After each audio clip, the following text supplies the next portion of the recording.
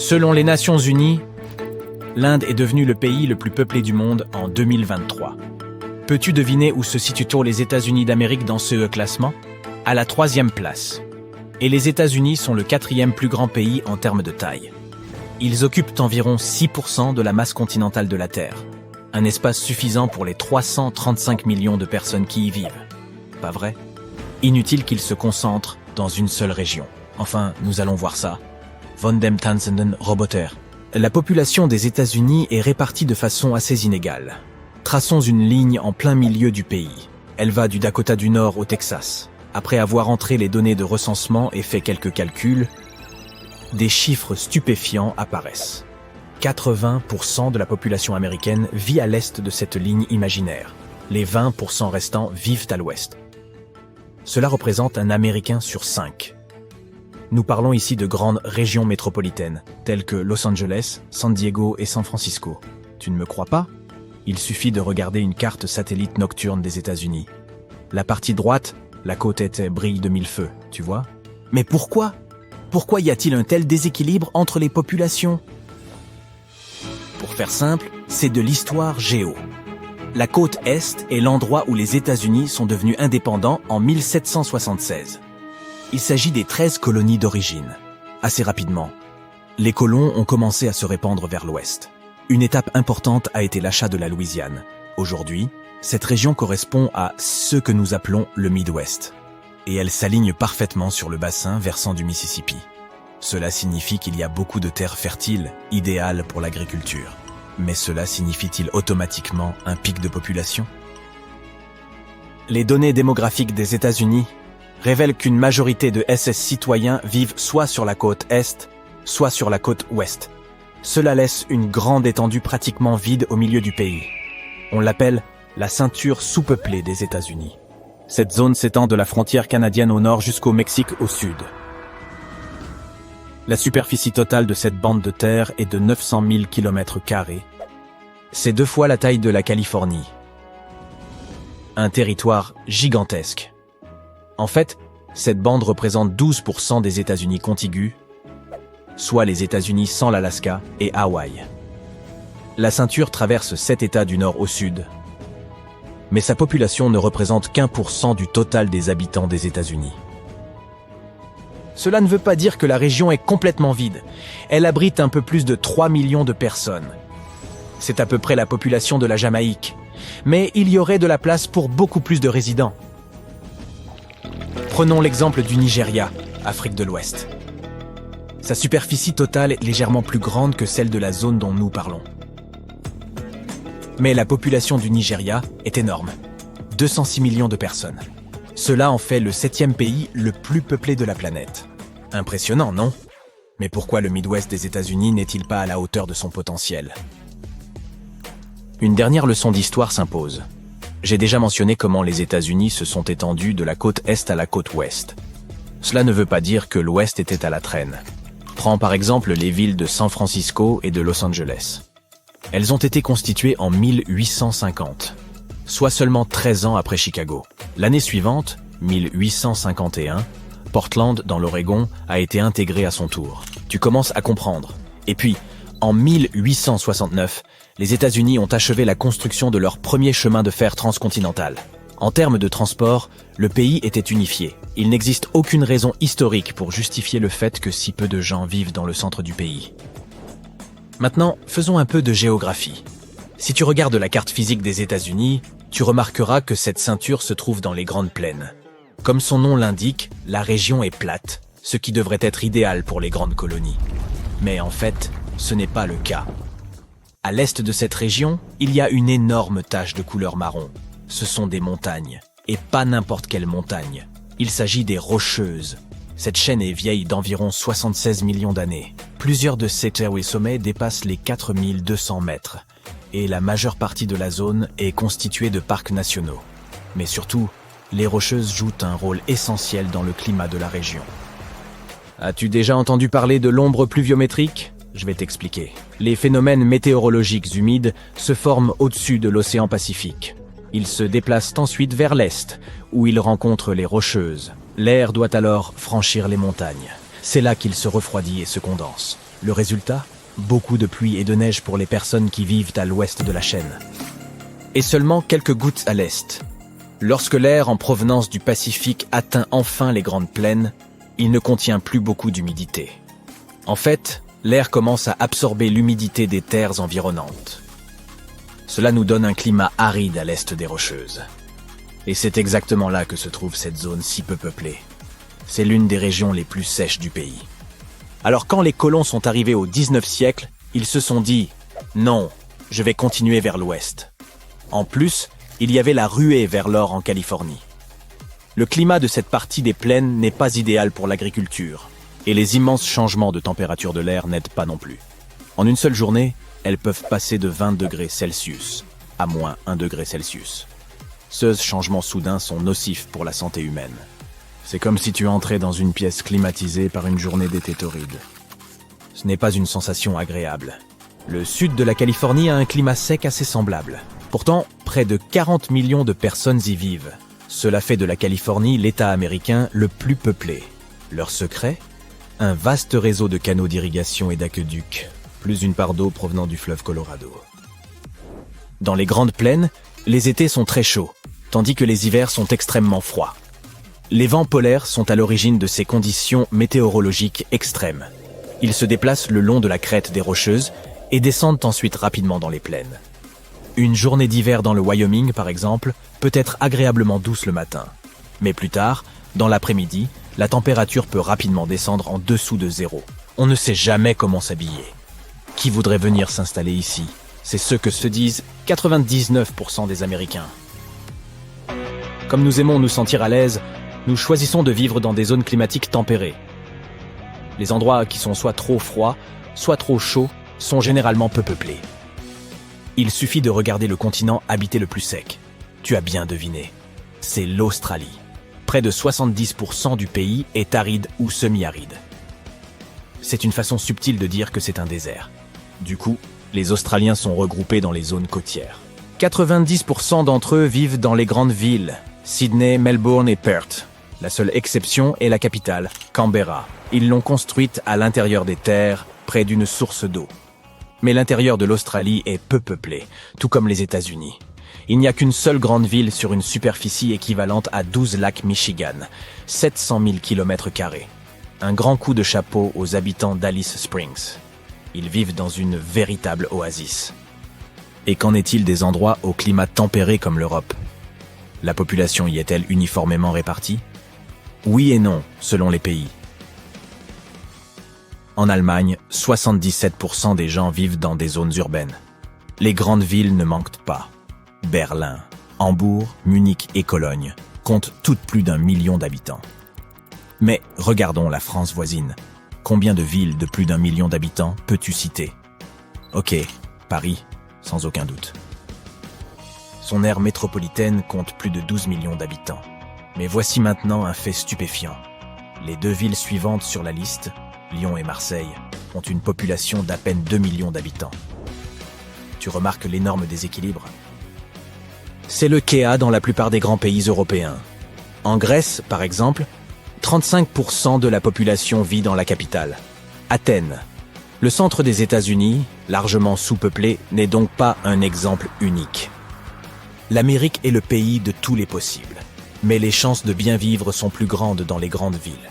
Les 100 premières zones métropolitaines du pays représentent au moins les 3/4 du PIB, produit intérieur brut de la nation. Et la plupart d'entre elles sont situées sur les côtes Est et Ouest. Il n'y a aucune ville de plus d'1 million d'habitants dans la ceinture sous-peuplée des États-Unis.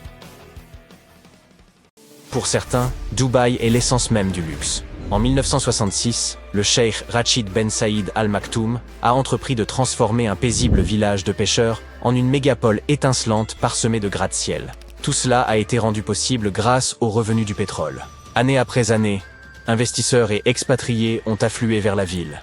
Aujourd'hui, Dubaï abrite des stations de ski en intérieur, des parcs aquatiques en plein air, un contrôle météorologique par drone, des jardins futuristes et des cours de tennis flottants.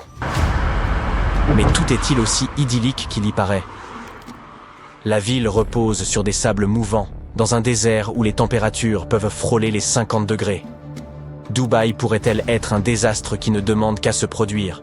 Ce pourrait être le cas, ou peut-être que non. Découvrons-le ensemble. L'un des projets les plus controversés de cet émirat pourrait effectivement être en danger. Nous parlons là des îles artificielles de Dubaï, au large des côtes. Construites à partir de sable extrait du fond marin, elles font partie d'un plan ambitieux visant à créer des stations balnéaires et des résidences pour les ultra-riches. Cependant, à l'heure actuelle, la plupart de ces îles sont abandonnées, et leur marché s'est effondré. Le pire, personne ne s'attendait à un tel résultat. Elles sont déjà en train de disparaître dans la mer. Jetons un coup d'œil plus attentif à ces îles extraordinaires. Il y a les 3 îles en forme de palmier. Palm Jumeirah, Palm Jebel Ali et Palm Deira. Un archipel de 300 petites îles appelées le Monde. Et un dernier ensemble d'îlots conçus d'après les constellations, l'Univers. La construction a commencé en l'an 2000 avec les îles Palmiers. L'objectif principal était de créer une oasis au sein même de l'oasis de Dubaï, avec davantage de boutiques de luxe, de complexes hôteliers, de restaurants et de plages. Les îles Palmiers, par exemple, comportent des maisons semblables à des manoirs, construites dans des styles contemporains au sein de résidences sécurisées. Elles sont censées reproduire le style des collines d'Hollywood. Actuellement, Palm Jumeirah est la plus développée de toutes et dispose d'entreprises, de résidences et d'hôtels en activité. Les 2 autres îles Palmiers sont décrites comme étant plutôt sous-exploitées, voire carrément désertiques.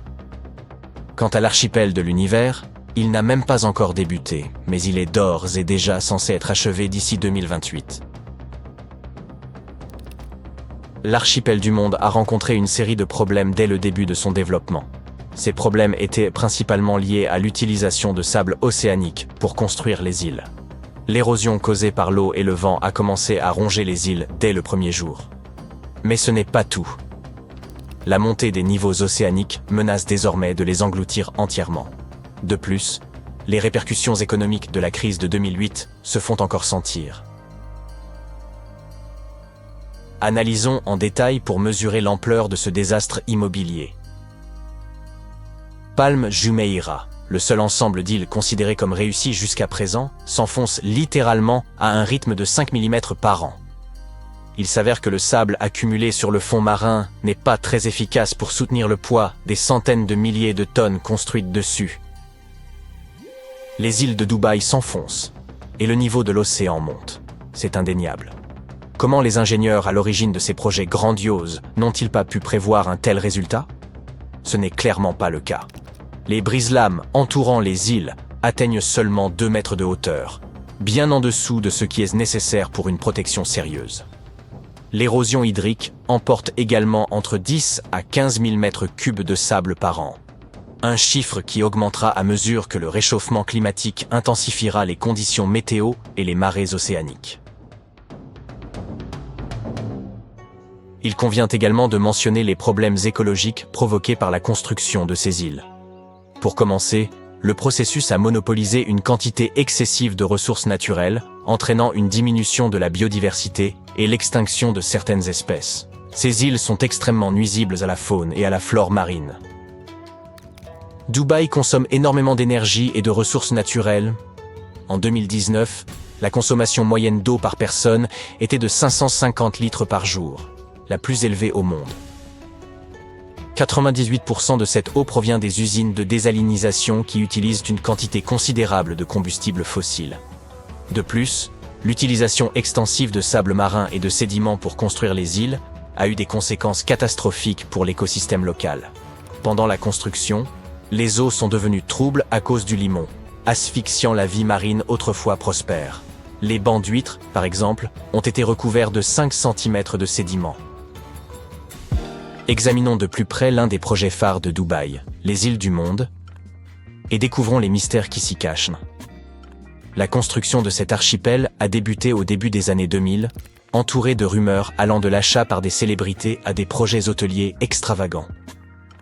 Pendant de nombreuses années, l'achèvement du projet semblait incertain, surtout après l'abandon des îles, à la suite de la crise financière de 2008.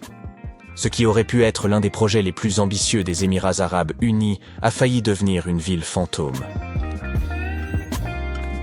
Simultanément, la réputation de Dubaï en tant que destination de vacances de luxe et de centre d'investissement s'est renforcée, impactant positivement l'archipel du monde. Par exemple, le groupe hôtelier Anantara y a inauguré un complexe de 70 chambres, sobrement baptisé Anantara World Islands Dubai Resort. Trouvez-vous que cela redonne espoir en cette destination autrefois délaissée?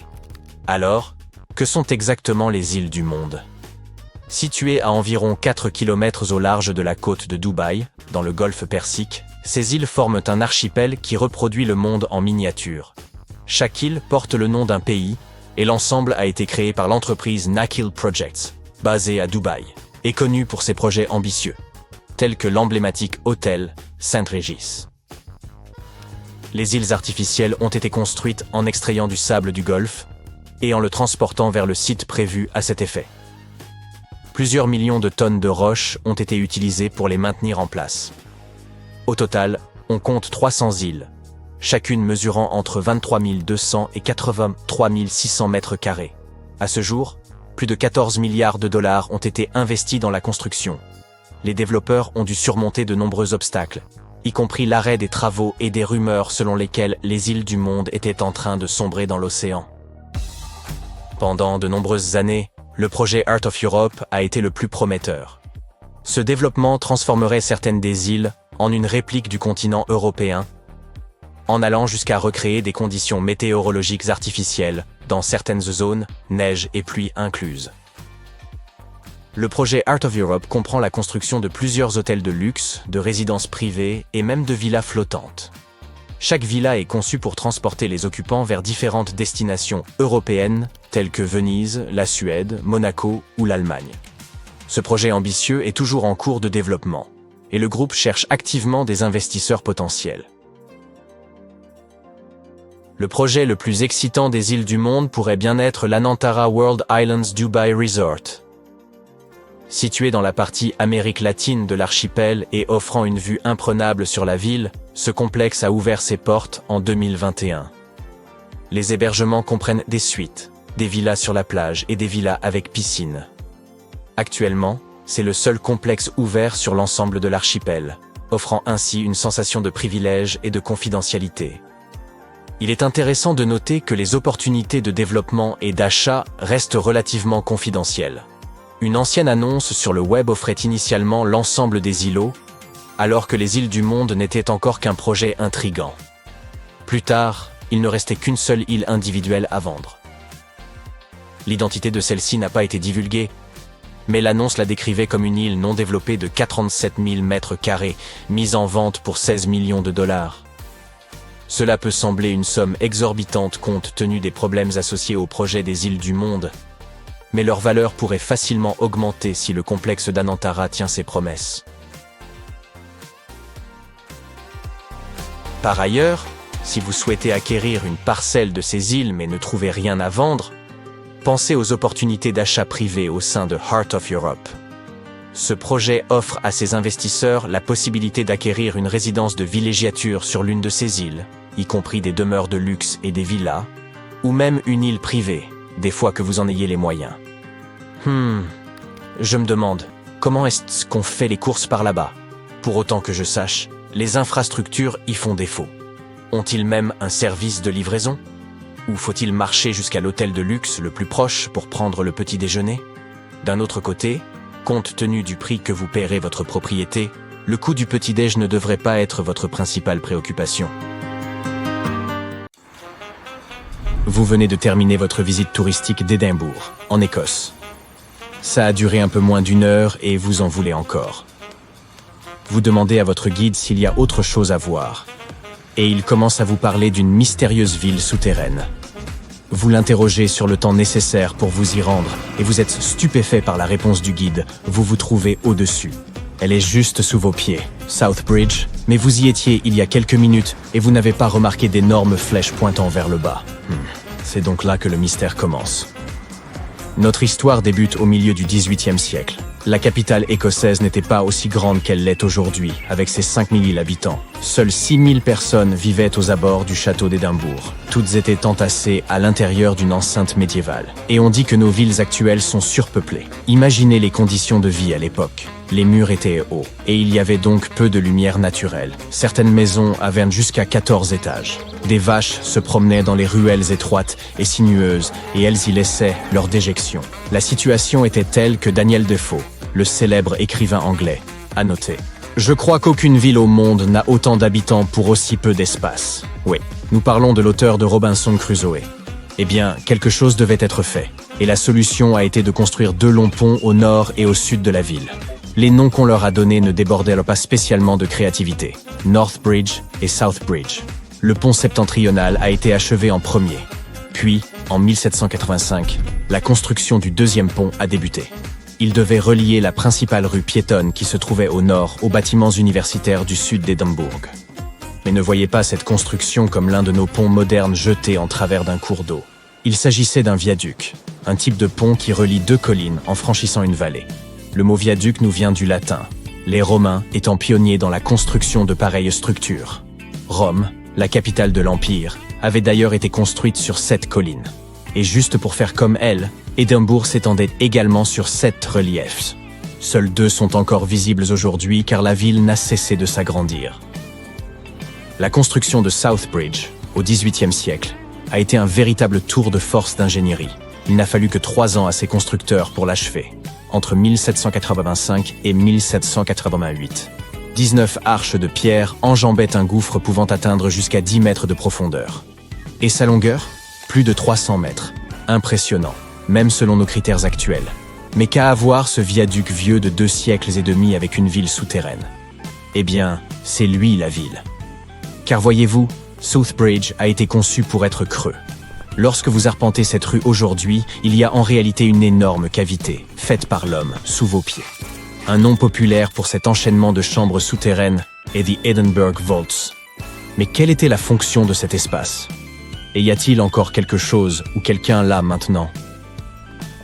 Prenons les choses dans l'ordre. L'idée originale des constructeurs était que ces voûtes servent de boutique aux marchands. Au début, tout se passait bien. Les commerçants utilisaient un total de 120 arcades en guise de boutiques et d'entrepôts. On y trouvait des ateliers, des cordonneries et des tavernes. Mais avec le temps, un défaut majeur de conception est apparu. Il y avait des infiltrations dans la pierre et les voûtes étaient constamment humides. Des inondations se sont même produites, car les constructeurs avaient oublié de rendre la structure étanche. Les marchands craignaient donc que l'eau n'endommage leurs précieux fonds de commerce. Et après seulement quelques années, les premiers locataires ont commencé à déménager. Une fois que le commerce légitime a déserté ses voûtes, ce sont les pauvres de la ville qui y ont élu domicile. Et pas que, mais toutes sortes de gens louches. Les historiens ne savent pas grand-chose de cette période, car il n'en existe pas de traces écrites. Mais même les squatteurs ont bientôt dû partir. Comment pouvait-on vivre sous ces voûtes si l'on ne pouvait pas y faire affaire? L'endroit était froid et humide, et il n'y avait pas de ventilation, d'assainissement des eaux, ou de lumière naturelle. Ça sentait vraiment mauvais. Le pire cauchemar de tout agent immobilier. 30 ans seulement après leur achèvement, les voûtes de South Bridge ont fini par être abandonnées une fois pour toutes. Mais au niveau de la rue, la vie se poursuivait comme d'habitude. Les autorités ont choisi de combler les voûtes de décombres pour des raisons de sécurité. Enfoui et oublié, le souvenir d'un quartier marchand, autrefois grouillant d'activité à Édimbourg, s'est lentement estompé dans l'esprit des gens. C'est là que l'histoire devient un peu étrange. Dans les années 1980, un joueur de rugby écossais nommé Norrie Rowan a découvert par accident un tunnel menant aux voûtes. L'athlète n'a pas perdu de temps et a commencé à y effectuer des fouilles avec l'aide de son fils. Plusieurs tonnes de décombres et une décennie plus tard, les voûtes de South Bridge retrouvaient leur gloire d'antan. Enfin, pour ainsi dire. Elles étaient de nouveau sombres et humides, comme elles l'avaient été au XVIIIe siècle. De nombreuses découvertes intéressantes ont été faites dans cette ville souterraine. Les voûtes étaient jonchées de coquilles d'huîtres, qui constituaient le régime alimentaire standard d'un membre de la classe ouvrière d'Édimbourg à l'époque. D'autres trouvailles, telles que des chaussures et des bouteilles vides, suggéraient que des gens avaient réellement vécu dans ces lieux oppressants. Pensez-y la prochaine fois que vous verrez un étudiant occuper un garage en guise d'appartement. Ainsi, votre guide avait dit vrai. Il y a vraiment une ville cachée sous les rues d'Édimbourg. Enfin, au moins une de ces rues. Vous redescendez à présent High Street, la principale rue piétonne, en direction de Cowgate. Vous levez les yeux, et la voilà. La seule arche visible de ce pont autrefois impressionnant. Vous recherchez en ligne un moyen de réserver une visite de ces voûtes. Vous devez absolument voir cet endroit de vos propres yeux. Mais la capitale écossaise n'est pas la seule ville au sous-sol mystérieux.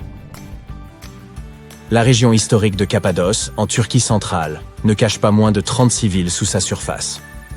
La plus grande et la plus impressionnante, celle de Derinkuyu, n'a été découverte qu'en 1963. Elle a été construite au 8e siècle, pendant l'ère byzantine, pour protéger la population locale des envahisseurs. Nous avons des structures similaires faites de béton dans nos villes modernes, mais l'échelle de la ville souterraine turque est proprement impressionnante. On y compte plusieurs niveaux, comme dans un parking. Les cavernes et les tunnels se situent à 60 mètres en dessous du sol. Cela représente les 2/3 de la hauteur de la Statue de la Liberté.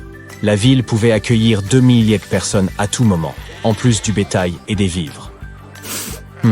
La bonne odeur. 2000 représente l'affluence moyenne d'un match de football en Ligue 1 aujourd'hui. Vous voudrez peut-être faire un crochet par l'un de ces endroits la prochaine fois que vous irez en Turquie. La plupart de ces villes souterraines de Cappadoce se trouvent dans des zones rurales. Ça semble logique, non? Après tout, elles ont été creusées pour servir de cachette. Mais en Europe, il existe une ville dont le labyrinthe souterrain rappelle les voûtes d'Édimbourg. Peut-être avez-vous déjà entendu parler de Pilsen, en République tchèque. Mais attendez une seconde. Il ne sera pas question de leur célèbre bière locale.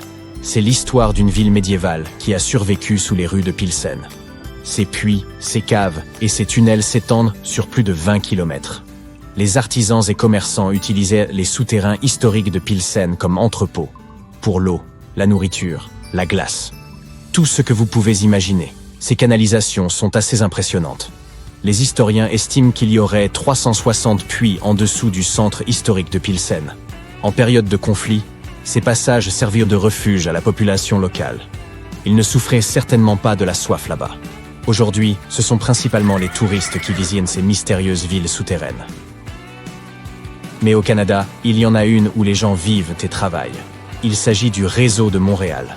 La construction de ce réseau piétonnier souterrain a commencé en 1962. L'idée initiale était de séparer la population du trafic automobile. Une façon sympathique de dire que la municipalité construisait alors une station de métro. L'idée a fait son chemin et le projet s'est élargi. Aujourd'hui, c'est un véritable labyrinthe urbain caché en dessous du centre-ville. Besoin d'un endroit où dormir? Il y a des hôtels là-bas. Envie de manger un morceau? Pénétrez dans l'un des restaurants souterrains. Des boutiques en tout genre, une bibliothèque, des cinémas. La liste est longue. Il y a même des complexes résidentiels. Mais comment les gens peuvent-ils vivre sous terre?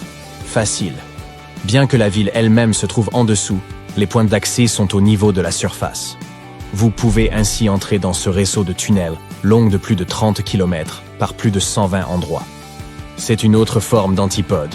Oups, désolé, l'Australie. Et si on te disait que tu viens de gagner un voyage autour du monde pour visiter les sites les plus célèbres de la planète?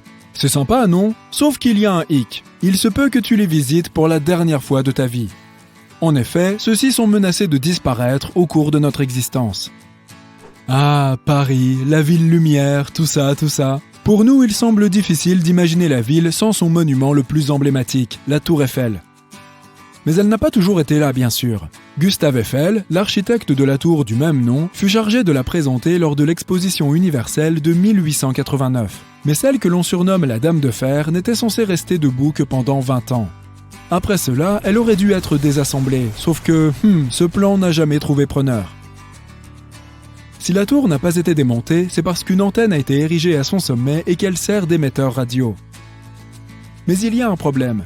La Dame de Fer est faite de fer, et avec le temps et les intempéries, que Paris subit souvent, le fer se détériore, il rouille, et cette rouille fragilise le fer jusqu'à le faire craquer. Et si une tour faite uniquement de fer commence à se fissurer, tu te doutes de ce que cela signifie. Plus de selfies en train de se goinfrer de croissants devant la célèbre Tour Eiffel. Évidemment, les autorités françaises sont conscientes du phénomène, mais au lieu de réparer toute la tour, on se contente en quelque sorte de repeindre par-dessus la rouille. Ton prochain arrêt se fera dans la magnifique ville de Rome, Et tu es ici pour visiter, tu l'auras deviné, le Colisée bien sûr, l'un des monuments les plus visités au monde. Les gladiateurs s'y donnaient autrefois en spectacle. Eh bien, autant dire arrivederci à cet endroit tant que tu le peux encore. Comme beaucoup de monuments antiques, le Colisée est menacé de disparition. Il a survécu pendant près de 2000 ans, depuis que sa construction fut ordonnée par l'empereur Vespasien. Mais en raison de son exposition régulière aux intempéries, le monument s'affaiblit peu à peu. Le problème est principalement dû à la neige. Lorsqu'elle tombe sur le Colisée, l'eau glacée s'infiltre dans les fissures de la roche et la fait enfler. Tu sais, comme lorsque tu laisses une canette de soda trop longtemps au freezer et que le fond finit par ressortir. Certes, la neige est un visiteur peu fréquent à Rome. Mais même ces rares chutes de température peuvent sérieusement endommager le Colisée. Et comme nous ne pouvons pas contrôler la météo, qui sait combien de temps encore nous aurons l'occasion d'admirer cette merveille. Après avoir pris l'avion pour l'Inde, tu arrives au Taj Mahal, qui est unique en son genre.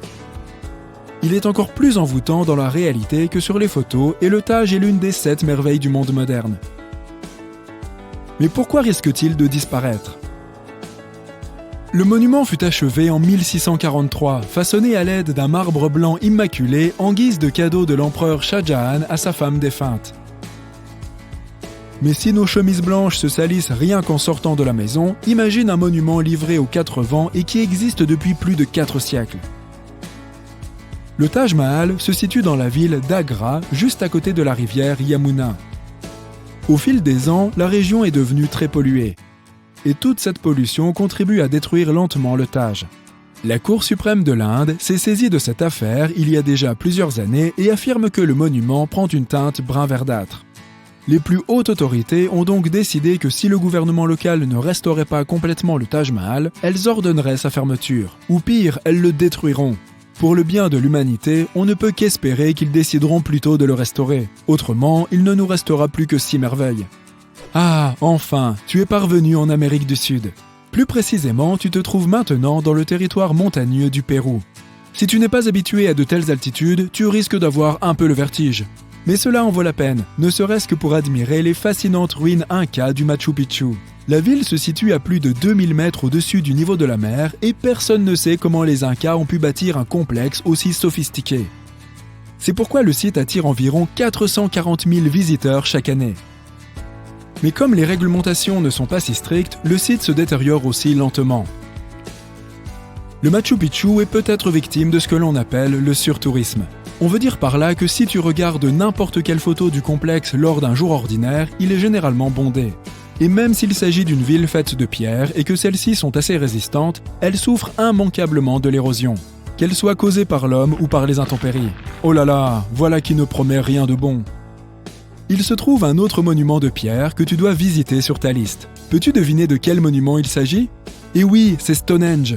Situé dans les paisibles collines du Wiltshire en Angleterre. Stonehenge existe depuis plus de 5000 ans. Bon, personne ne sait exactement quand il a été construit, mais tu sauras être indulgent. Si la seule cause de sa dégradation était l'érosion, alors il faudrait des millions d'années pour que le monument disparaisse. Sauf que ce n'est pas le cas. Depuis 1995, le pouvoir britannique a issu de multiples propositions visant à construire un tunnel souterrain qui relierait le sud-est et le sud-ouest de l'Angleterre. Le truc, c'est que ce tunnel passerait sous Stonehenge et qu'il pourrait ébranler les fondations du site. Quoi qu'il en soit, depuis que le projet a été suggéré, les partisans locaux du monument ont fondé une association, Save Stonehenge, afin d'assurer sa sécurité. Ils croient fermement que toute entreprise telle que ce tunnel nuirait gravement au site. Ah, l'Égypte. Cette fois, pour parvenir jusqu'à destination, tu décides de voyager avec style. Et par là, on veut dire à dos de dromadaire. Juste le temps d'une petite séance photo, bien sûr. Mais pourquoi es-tu ici ? Tu es venu voir le Sphinx de Gizeh. Tu sais, celui qui a le nez cassé. Le Sphinx, lui aussi, fut érigé il y a bien longtemps, soit il y a plus de 4000 ans. Et à l'époque, les Égyptiens utilisèrent ce qu'ils avaient à leur disposition, des pierres calcaires. Aujourd'hui, certains chercheurs estiment que des conditions météorologiques extrêmes pourraient endommager les pierres calcaires du Sphinx. Ce sont des roches très poreuses, de sorte que l'eau s'infiltre facilement à l'intérieur, ce qui tend à renforcer et à accélérer l'érosion. Mais l'eau vient aussi d'en bas. Contrairement aux pyramides de Gizeh, le grand Sphinx a été taillé directement dans la roche. Et juste en dessous du monument se trouve le lit d'une rivière qui s'infiltre également dans la statue, la rendant plus friable. Croisons les doigts pour que l'Égypte ne soit pas la proie d'inondations au cours des siècles à venir. On espère que tu as apporté ton maillot de bain parce qu'il est temps de plonger profondément dans la mer Morte. Sauf que tu n'iras probablement pas si profond. Tu sais, puisqu'il y a tellement de sel dans cette eau que tu ne peux pratiquement qu'y flotter. Fait surprenant, cette mer est 10 fois plus salée que ne le sont les océans. Il peut sembler un peu ironique que la mer Morte elle-même risque un jour de périr, mais c'est pourtant le cas. Le niveau de cette mer baisse d'1,20 m chaque année et cela est dû à l'un de ses principaux affluents, le Jourdain. Un affluent est un cours d'eau qui se jette dans une masse d'eau beaucoup plus importante. Or, le fait est que la région n'est pas très riche en eau naturelle. Les autorités israéliennes ont donc fini par détourner cet affluent pour satisfaire les activités humaines. Mais comme toute action entraîne une réaction, la mer Morte est aujourd'hui confrontée à quelques difficultés. On termine par les États-Unis, où il est temps de visiter la ville qui ne dort jamais. Et si tu as compris le thème du voyage, tu connais déjà le monument que nous allons visiter. Il s'agit de la Statue de la Liberté. Cela peut en surprendre certains, mais la célèbre statue était à l'origine couverte de cuivre et elle est devenue verte en raison de son oxydation. Enfin, peut-être que je prendrais aussi une teinte verdâtre si j'étais constamment exposé aux conditions météorologiques de New York. Certains chercheurs affirment que la pollution de l'air peut également accélérer ce processus d'oxydation, mettant ainsi en péril la longue existence de Lady Liberty. Bien sûr, la ville de New York contribue à l'entretenir. On ne peut qu'escompter que cela suffira pour nous permettre de continuer à admirer la statue au cours de nos vies. Il est maintenant temps de rentrer à la maison. On a vraiment apprécié ce voyage et on espère que toi aussi. Espérons que nous pourrons encore visiter ces endroits pendant longtemps. Qu'est-ce qui se passe? Tu te sens anxieux au moment de l'atterrissage? Bah, il n'y a pas lieu de s'inquiéter, même si tu atterris dans un endroit aussi singulier que le Bhoutan. Le truc, c'est que le terrain est si extrême qu'il y est très difficile d'atterrir. Ce qui est intéressant, c'est qu'il n'existe que très peu de pilotes certifiés pour atterrir dans ce pays. Et oui, zigzaguer vers le sol s'apparente plus à un véritable tour de force. L'aéroport international de Paro, au Bhoutan, est souvent considéré comme l'un des aéroports les plus dangereux qui soient. Dans le monde entier, seules 2 compagnies aériennes desservent celui-ci. Il y a une dizaine d'années, seuls 8 pilotes étaient autorisés à y voler. Mais aujourd'hui, ils sont un peu plus nombreux. Et pourtant, il existe quelque chose d'encore plus ardu que l'aéroport international de Paro. L'aéroport Tenzing Hilari de Lukla, au Népal, semble présenter tous les dangers possibles. Pistes courtes, vent violent, terrain montagneux, cet endroit a tout pour plaire. La piste d'atterrissage ne mesure que 520 mètres de long. À titre de comparaison, une piste normale dans la plupart des aéroports fait environ 3000 mètres de long, voire davantage. De nombreux aéroports disposent de moquettes dans leur zone d'embarquement. Cette commodité s'accompagne généralement de quelques autres avantages. Des plafonds plus bas, des sièges confortables et un éclairage naturel agréable. Il va sans dire que toutes ces décorations coûtent cher aux aéroports et que les moquettes ne sont pas aussi faciles à nettoyer que les sols en dur. Mais l'essentiel est qu'ils créent un sentiment de confort pour les passagers qui attendent leur vol. Ce qui est de nature à les détendre. Désolé de te l'apprendre, mais ce n'est pas seulement pour que tu te sentes bien. Selon des études comportementales, les passagers calmes sont 7 à 10% plus enclins à faire du lèche-vitrine et à acheter quelque chose dans la galerie duty-free. En investissant dans le confort des passagers, les aéroports sont donc susceptibles d'accroître leurs propres revenus. Pour ce qui est de dilapider son argent dans un aéroport, il existe un terme qui désigne les 60 premières minutes suivant l'enregistrement. C'est l'heure d'or. Il s'agit du moment où les passagers dépensent statistiquement le plus d'argent dans les boutiques et le duty-free de l'aéroport. Le fait d'installer des sièges les plus confortables juste devant ces boutiques est une autre astuce visant à t'inciter à faire du shopping. Il faut bien l'admettre, s'asseoir dans un fauteuil confortable tout en regardant une enseigne ou une vitrine tape à l'œil est quelque chose de tentant. Et c'est exactement ce que les aéroports veulent que tu ressentes. Tu sais comment ça se passe parfois. Tu te présentes au contrôle de sécurité et soudain on t'apprend que tu as quelque chose d'interdit dans ton bagage à main. Adieu petite bouteille d'eau. À vrai dire, tu as la possibilité de les faire suivre par la poste à n'importe quelle adresse se trouvant à l'intérieur du pays. Quant aux bagages non réclamés, ils sont généralement conservés pendant environ 60 jours. Les objets confisqués par les services de sécurité qui n'ont pas été réclamés peuvent également être vendus lors de ventes aux enchères spéciales et sont livrés dans le monde entier. La plupart des aéroports disposent d'experts spécifiques appelés profileurs. Ces personnes pratiquent ce que l'on appelle le SPOT, pour Screening Passengers by Observation Technique. Ils analysent soigneusement les expressions faciales, les gestes et le comportement des passagers pour détecter les personnes suspectes. Leur travail consiste à remarquer tous les signes non-verbaux d'anxiété, comme le fait de se lécher les lèvres, de se gratter ou de regarder autour de soi. Si un profileur remarque qu'une personne agit de manière étrange ou carrément louche, il peut l'inviter à une inspection, au cours de laquelle il s'entretient avec la personne pour essayer d'en savoir plus sur elle. Les profileurs travaillent dans les terminaux principaux et au contrôle des passeports. La question type qu'ils posent est généralement la suivante. Quel est le but de votre visite ? Ils vérifient ensuite la réaction de la personne à cette question. Quel que soit le degré de réserve d'un passager, s'il a quelque chose à cacher, les agents de la TSA s'en apercevront, grâce aux indices les plus infimes de son comportement. Tu arrives à l'aéroport, rêvassant déjà de ces quelques semaines loin du travail et de tes soucis quotidiens. Tu gares ta voiture sur le parking et tu découvres que ça va te coûter une petite fortune de laisser ta voiture sur place. Pourquoi tant de frais ?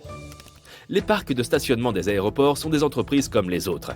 Les terrains sur lesquels ils sont construits, la construction du parking lui-même, l'entretien de l'ensemble une fois qu'il est en service, tout cela coûte une coquette somme d'argent. Et il faut bien que quelqu'un paie.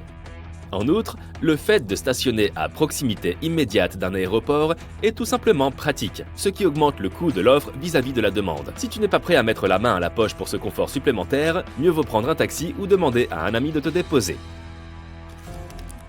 Les traînées de condensation, ces lignes blanches que les avions laissent souvent derrière eux en haute altitude, sont souvent prises à tort pour les gaz d'échappement de leur moteur. Mais la plupart d'entre elles ne sont rien d'autre que de la vapeur d'eau. Au cours d'un vol, l'humidité de l'air s'accumule dans les moteurs avant d'être évacuée avec les gaz d'échappement. L'air chaud et humide qui sort des moteurs se mélange à l'air frais sec que l'on trouve en haute altitude, ce qui donne lieu à de longues et fines lignes de vapeur. L'humidité détermine le moment où les traînées de condensation se forment et la durée pendant laquelle elles restent visibles. S'il fait déjà humide là-haut, il y a davantage d'eau et la traînée de condensation est plus observable. Et s'il fait froid, les gouttelettes peuvent se transformer en glace et rester plus longtemps dans l'atmosphère. Il peut sembler étrange que le personnel de bord se préoccupe de savoir si les stores de tes fenêtres sont baissés ou relevés. La raison principale est que les yeux des passagers doivent s'adapter à la lumière extérieure. La plupart du temps, il s'agit simplement de faire monter et descendre les passagers rapidement. Mais en cas d'urgence, la dernière chose que l'on souhaite, c'est que les passagers s'arrêtent pour se frotter les yeux juste avant d'évacuer l'avion. Une autre raison pour laquelle tous les stores restent relevés lorsque l'avion est sur le point de décoller ou d'atterrir est que l'équipe au sol peut voir s'il y a un problème à bord. Par exemple, s'il y a un incendie dans la cabine, l'équipe au sol s'en apercevra immédiatement et agira en conséquence. Si les stores sont abaissés, elles risquent de perdre un temps précieux pour secourir les passagers et l'équipage. En regardant par le hublot au-dessus de l'aile de l'avion, tu peux apercevoir une sorte de double crochet jaune. Cela semble étrange car cela devrait nuire à l'aérodynamisme. Mais ce crochet est là pour ta sécurité. En cas d'atterrissage d'urgence, les crochets servent à fixer les câbles, qui aident les passagers à sortir de l'avion par les ailes. Et si les ailes sont glissantes, ce câble t'aidera à garder pied et à ne pas tomber pendant la descente. Il existe plusieurs courants d'air extrêmement rapides dans l'atmosphère de notre planète. Ils se déplacent de manière étrange, mais ont un flux plus ou moins constant, ce qui permet aux avions de transport de passagers de les exploiter. Lorsqu'un avion s'approche d'un jet stream, il peut s'adapter à la direction du courant et voler beaucoup plus vite, propulsé par ce flux. De nombreuses compagnies aériennes utilisent ce phénomène à leur avantage pour réduire les coûts de carburant et rendre les voyages aériens encore plus rapides. Les nuages, en particulier les cumulonimbus, peuvent indiquer qu'une zone de turbulence est à venir. Mais il arrive parfois que des turbulences se produisent dans l'air même et qu'un avion tombe de quelques mètres et commence à trembler sans aucun signe avant-coureur. Ces turbulences se produisent lorsque deux masses d'air entrent en collision à très grande vitesse. Elles sont absolument invisibles et les pilotes ne peuvent donc pas savoir quand cela va se produire. Les chances d'entrer dans une zone de turbulence par temps clair sont plus élevées en basse altitude, au-dessus des chaînes de montagnes et à proximité des jet streams. Normalement, après avoir été frappé par la foudre, un avion est envoyé à l'inspection. Mais il peut encore terminer son vol en toute sécurité. Le fuselage conduit suffisamment bien l'électricité et comme avec un paratonnerre, la foudre frappera probablement l'une des extrémités de l'avion. Soit l'une des ailes, soit le nez. Elle cherche ensuite le sol, mais ne le trouve pas, et sort donc par la queue. Il est plus facile pour l'électricité de circuler à travers la surface de l'avion que de pénétrer à l'intérieur, de sorte que les personnes à bord sont à l'abri de ces effets. Néanmoins, la foudre est puissante et l'avion peut être endommagé à l'extérieur. Quoi qu'il en soit, si tu es toujours nerveux à l'idée de prendre l'avion, rappelle-toi ce que disent les pilotes. Tout atterrissage auquel on survit est un bon atterrissage. Ça n'a pas trop aidé, n'est-ce pas ?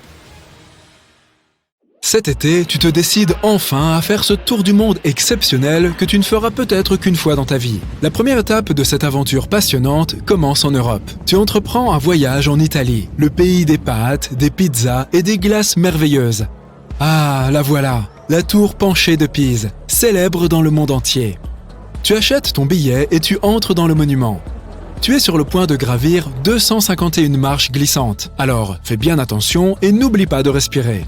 Les pierres de marbre blanc sont stupéfiantes et, de temps en temps, tu jettes un coup d'œil à l'extérieur pour profiter de la vue sur la ville. Félicitations, tu as réussi. Tu as atteint le sommet du Campanile et tu peux prendre tous les selfies que tu veux. La tour de Pise est l'un des sites les plus emblématiques d'Italie. Pendant que tu grimpes les escaliers, un guide t'explique qu'il s'agit d'un monument médiéval. Elle a été construite entre le XIIe et le XIVe siècle et il a fallu plus de 200 ans pour la terminer. Et au cas où tu te demanderais si elle a toujours été penchée, je peux te répondre sans hésiter, oui. Après que le 3e étage a été terminé, le campanile a commencé à s'enfoncer. En fait, le nom même de Pise vient d'un mot grec qui signifie « terre marécageuse ». Le sol y est extrêmement meuble, fait d'argile, de boue et de sable, et les architectes se succèdent pour tenter de préserver la tour depuis qu'elle a été construite. Au sommet du monument de 56 mètres de haut, tu prends ton temps pour admirer la ville. Combien de toits rouges est-ce que tu peux compter ? Si tu te déplaces vers le côté sud du monument, tu te sentiras peut-être plus proche du sol. C'est parce que la tour de Pise penche vers le sud. À une certaine époque, elle s'inclinait presque de 5,5 degrés, sans jamais s'effondrer. Aujourd'hui, lorsque tu visites le monument, ton guide te dira peut-être que la tour penche un peu moins. Il y a quelques années, les meilleurs architectes et ingénieurs du monde ont fait des travaux de construction à côté de l'édifice afin de renforcer son assise. Ils ont creusé plusieurs tunnels et retiré plus de 38 mètres cubes de terre sous le côté nord de la tour. Maintenant, la tour ne penche plus qu'à un angle de 4 degrés. Alors, si tu souhaites prendre une de ces photos où tu fais semblant de soutenir la tour, tu ferais mieux de te dépêcher. Qui sait combien de temps la tour restera inclinée ainsi ? À présent, il est temps pour toi de te rendre à Rome. Cette ville est un véritable musée à ciel ouvert et tu dois absolument la découvrir. La chaleur est étouffante, mais tu as de la chance. Aujourd'hui, tu vas visiter les thermes de Caracalla. Es-tu prêt à vivre une expérience authentique de la Rome antique ? Tu entres par ce qui était autrefois une sorte de vestiaire. Tu devras faire appel à ton imagination. Aujourd'hui, tu ne peux voir que des murs de briques de 40 mètres de haut ici. Les Romains de tous les milieux sociaux passaient 1 heure ou 2 dans les thermes chaque jour. Ils venaient après une longue journée de travail ou avant le dîner. Les complexes de thermes impériaux comme celui-ci étaient généralement gratuits. Mais ici, tu devais payer un droit d'entrée. Après le vestiaire, les visiteurs s'arrêtaient dans une salle chauffée où on leur faisait un massage à l'huile. Ensuite, certains se rendaient dans l'une des 2 cours d'exercice. Tu vois comme elles étaient vastes ? Ici, il y avait des portiques en marbre très élaborés, et tu peux même encore voir quelques fragments de mosaïques colorées qui ornaient le sol. Si tu avais envie de quelque chose de plus intellectuel, tu pouvais t'arrêter pour écouter un philosophe ou visiter l'une des bibliothèques. Maintenant, nous arrivons dans la salle la plus impressionnante, le caldarium. Il s'agissait d'une pièce circulaire, chauffée à la vapeur et mesurant 35 mètres de diamètre. Il n'y avait pas 1 ou 2, mais 7 bassins chauds à l'intérieur. Au-dessus de ta tête, tu pouvais admirer un magnifique dôme soutenu par de grandes colonnes de granit. Toute la structure était richement décorée de mosaïques de verre multicolores et du plus beau marbre blanc. Le complexe abritait également une piscine de taille olympique avec de l'eau arrivant jusqu'à la taille. De nos jours, tu verras seulement quelques murs de briques et de béton rougeâtre. L'empereur Caracalla, comme beaucoup d'autres empereurs romains, a construit un méga-complexe pour le plus grand bonheur des citoyens. Après un long vol international, tu arrives en Égypte. De merveilleuses promenades à dos de chameau et de délicieux fruits secs t'attendent. Est-ce que tu aimes les dattes ? Tu quittes ton hôtel à l'aube pour te rendre dans la banlieue du Caire. Tu passes devant le Nil en direction de la rive ouest. N'oublie pas de prendre des photos. Au loin, tu aperçois un grand monument. C'est le grand sphinx de Gizeh. Te rends-tu compte que ce monument a été créé il y a plus de 4500 ans? Une fois que tu t'es approché, tu vois les grandes pyramides juste au nord du Sphinx. Tu apprends que, contrairement aux pyramides, le Sphinx a été taillé directement dans le socle rocheux du plateau de Gizeh. Jusqu'à aujourd'hui, c'est l'une des plus grandes statues du monde, mesurant 20 mètres de haut et 73 mètres de long, des pattes à la queue. Le visage du Sphinx est un peu défraîchi aujourd'hui, mais selon les archéologues, il n'en a pas toujours été ainsi. Grâce à une reconstitution modélisée du Sphinx, tu verras qu'il était en fait très différent. Comme tu peux le voir, son nez ainsi que des parties de son menton ont été coupées à une certaine époque. Les scientifiques pensent que la statue est une représentation du grand pharaon Khéphren. C'est pourquoi son visage ressemble tant à celui d'un humain. Juste en dessous des yeux, une ligne sculptée a été rajoutée pour représenter le trait noir, ou Mesdemet, arboré par les anciens Égyptiens. Fait amusant, ce n'était pas seulement pour des raisons cosmétiques. Ils protégeaient leurs yeux des rayons ultraviolets. Dans une région désertique où le soleil est si présent, cela peut effectivement s'avérer utile. Les spécialistes se demandent encore aujourd'hui si le Sphinx possédait ou non une barbe. Beaucoup pensent que s'il était censé représenter un pharaon, il avait très probablement une barbe tressée, qui aurait été détruite par l'érosion. Aujourd'hui encore, tu peux voir les restes d'une coiffe royale sur la tête du Sphinx. Cet ornement était associé au pouvoir et à la royauté. Imagine maintenant des rayures bleues et dorées. C'est probablement à cela que ressemblait le monument quand il a été construit. On n'a aucune idée du temps qu'il a fallu pour construire le Sphinx. Mais ça a dû être très long, car les détails sculptés sont très impressionnants. Si tu as de la chance, ton guide t'emmènera peut-être dans l'une des chambres secrètes à l'intérieur de la statue, si elles existent vraiment et ne sont pas qu'un mythe. Ah, les eaux cristallines de la Grèce. Que tu arrives en bateau ou en avion, tu vas vraiment en prendre plein la vue. Nous sommes ici au cœur des sites archéologiques. Tu arrives au port de Mandraki. Mais qu'est-ce qui se passe? Tu ne vois aucun monument dans les environs? Le colosse de Rhodes est introuvable. La raison?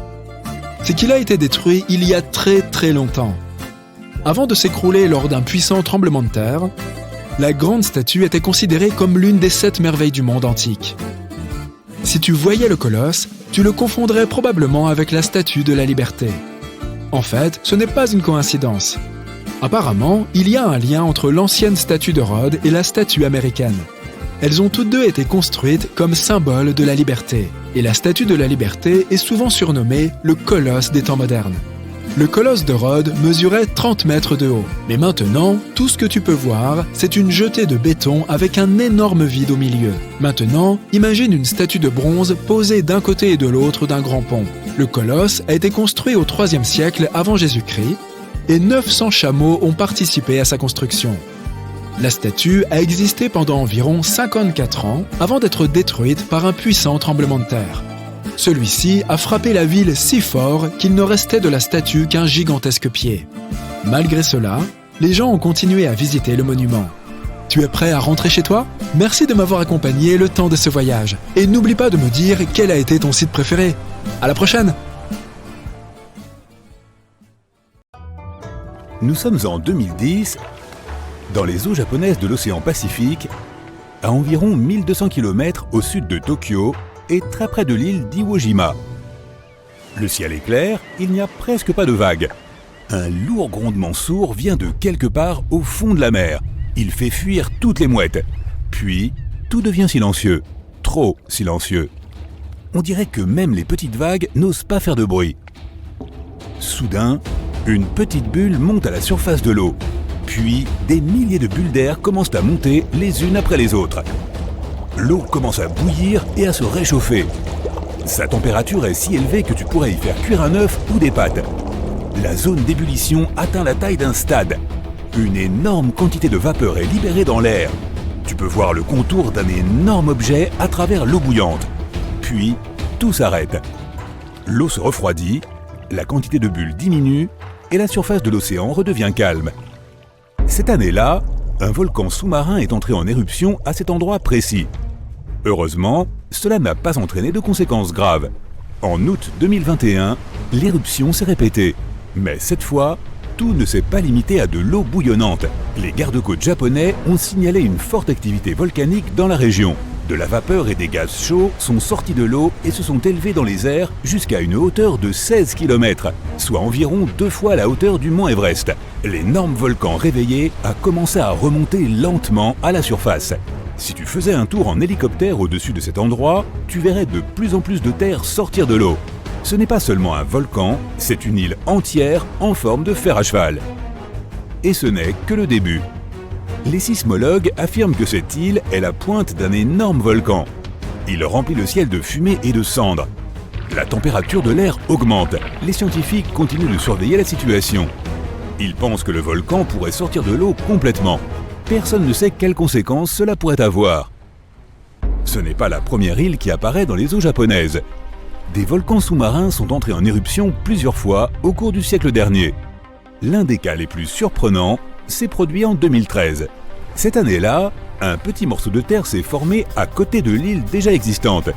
Le volcan sous-marin qui a émergé de l'eau a commencé à grandir lentement.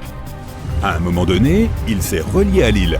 Après 2 ans, la superficie de cette île a été multipliée par 12 par rapport à sa taille originale.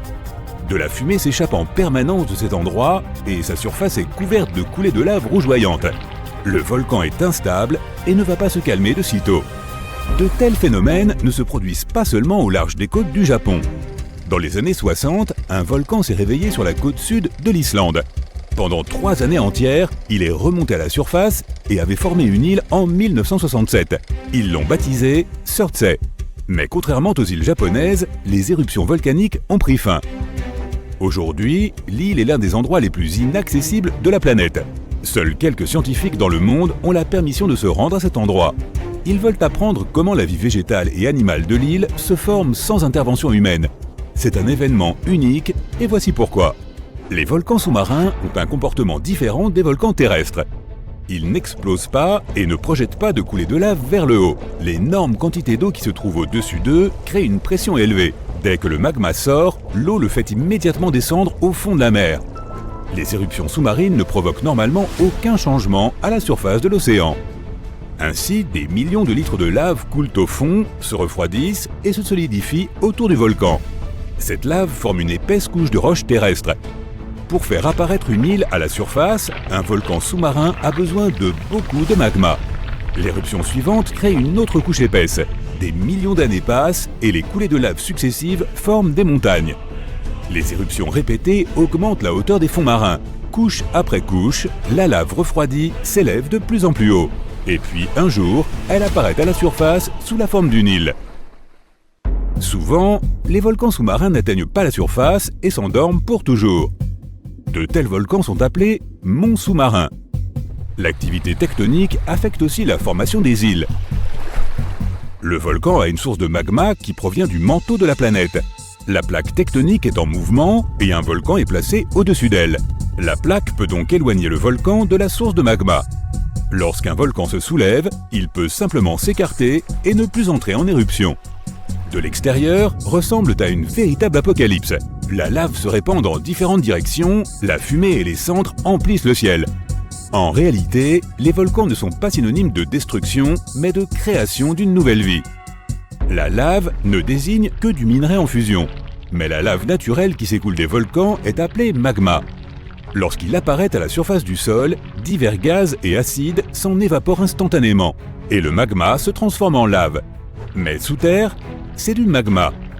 Ces minerais fondus contiennent des traces de presque toutes les substances chimiques qui existent dans la nature, et ils enrichissent la terre dans laquelle ils coulent.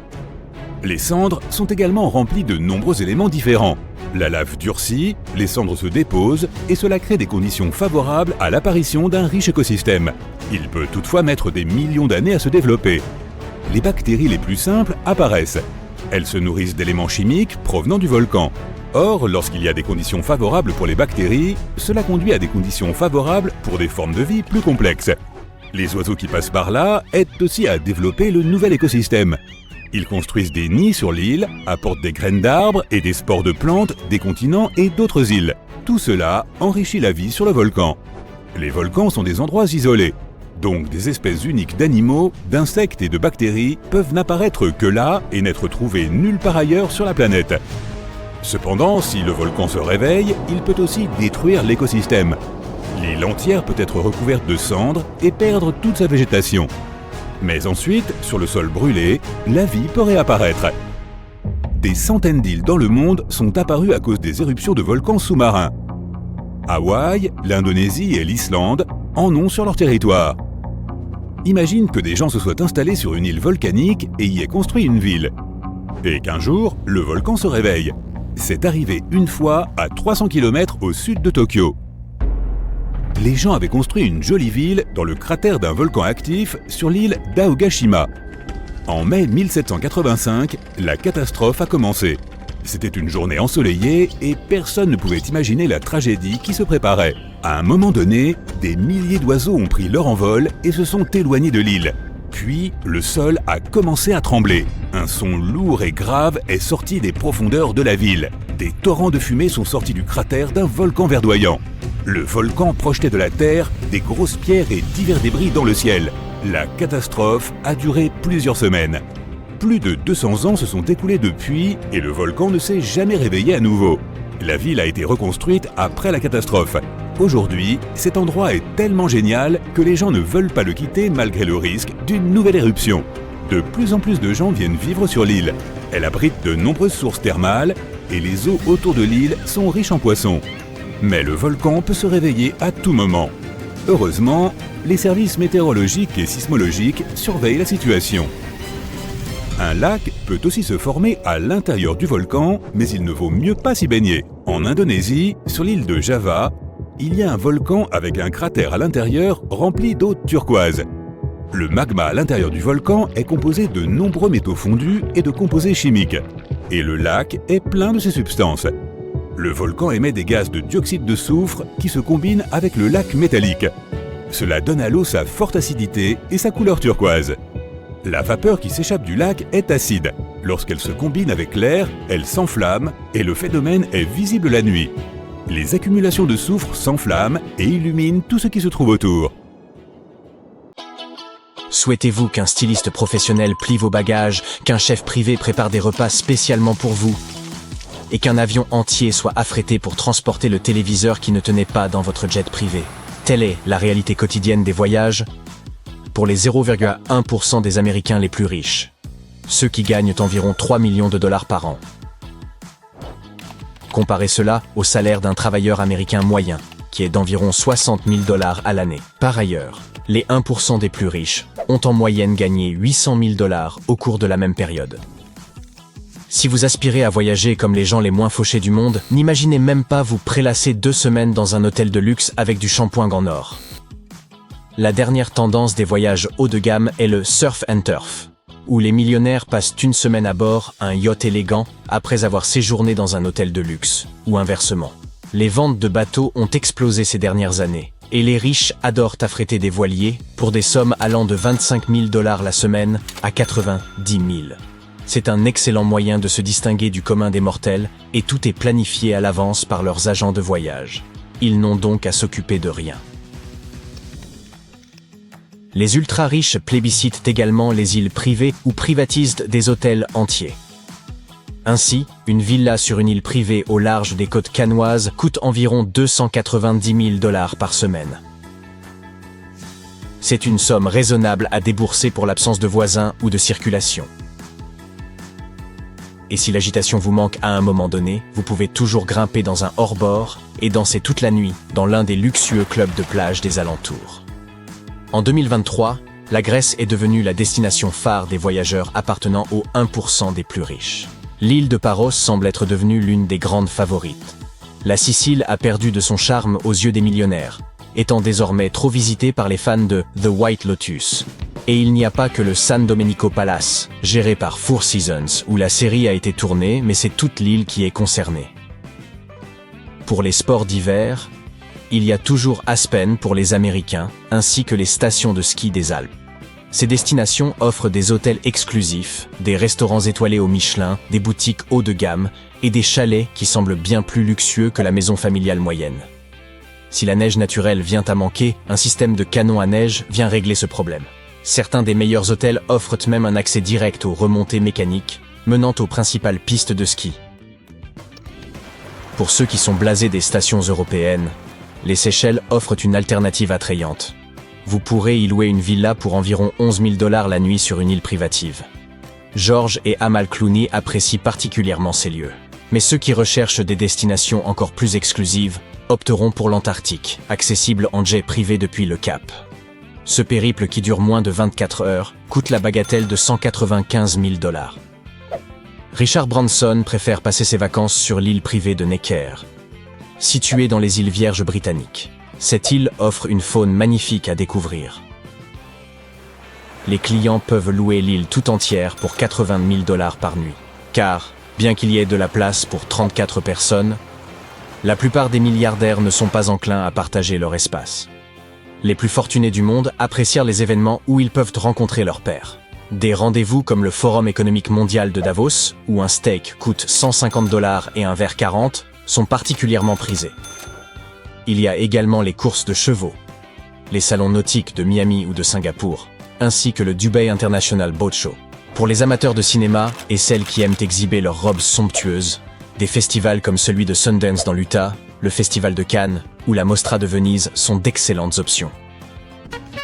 Les passionnés de sport assistent à des événements tels que l'US Open de golf et d'autres tournois de golf, le tournoi de tennis de Wimbledon, la Melbourne Cup d'Australie ou le Grand Prix de Monaco pour les amateurs de vitesse et de voitures de luxe. Enfin, ceux qui ne peuvent se passer de style et aiment être à l'avant-garde des tendances ne manquent jamais les Fashion Week de New York, Londres, Milan et Paris. Pour les amateurs de musique et d'architecture somptueuse, il existe des bals d'opéra prestigieux, tels que celui de Vienne ou la soirée d'ouverture de la Scala de Milan. Ces événements ne sont pas les seuls moments marquants. Les anniversaires en sont aussi. Par exemple, pour ses 22 ans, la milliardaire Kylie Jenner a loué un super yacht pour plus d'1 million de $ la semaine. Une personne ordinaire devrait économiser toute une vie pour louer ce navire, même pour une seule journée. Lorsqu'il s'agit de se rallier leur destination de luxe, de plus en plus de millionnaires optent pour des jets privés. Ils peuvent ainsi voler à tout moment, même lorsqu'il y a des restrictions sur les vols commerciaux, et n'auront pas à choisir entre poulet ou pâtes à la tomate lorsque l'hôtesse de l'air atteindra enfin leur siège en classe économique. Il y a environ 22 000 jets d'affaires dans le monde, et ce nombre ne cesse d'augmenter.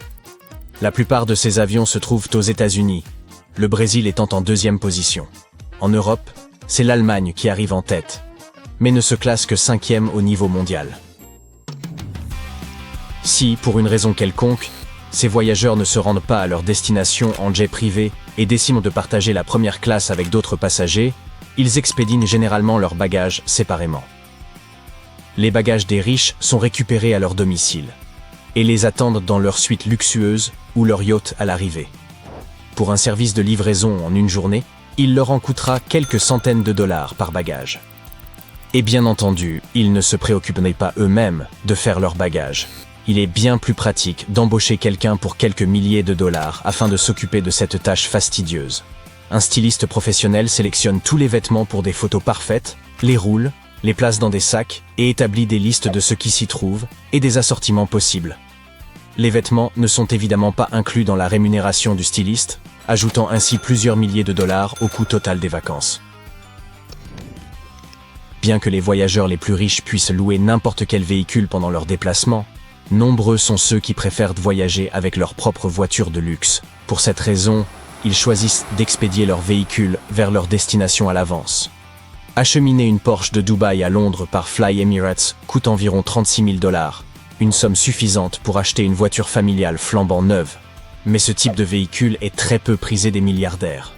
Certains voyageurs fortunés, ne faisant pas confiance aux compagnies aériennes commerciales, préfèrent affréter un avion cargo pour transporter leurs précieuses voitures.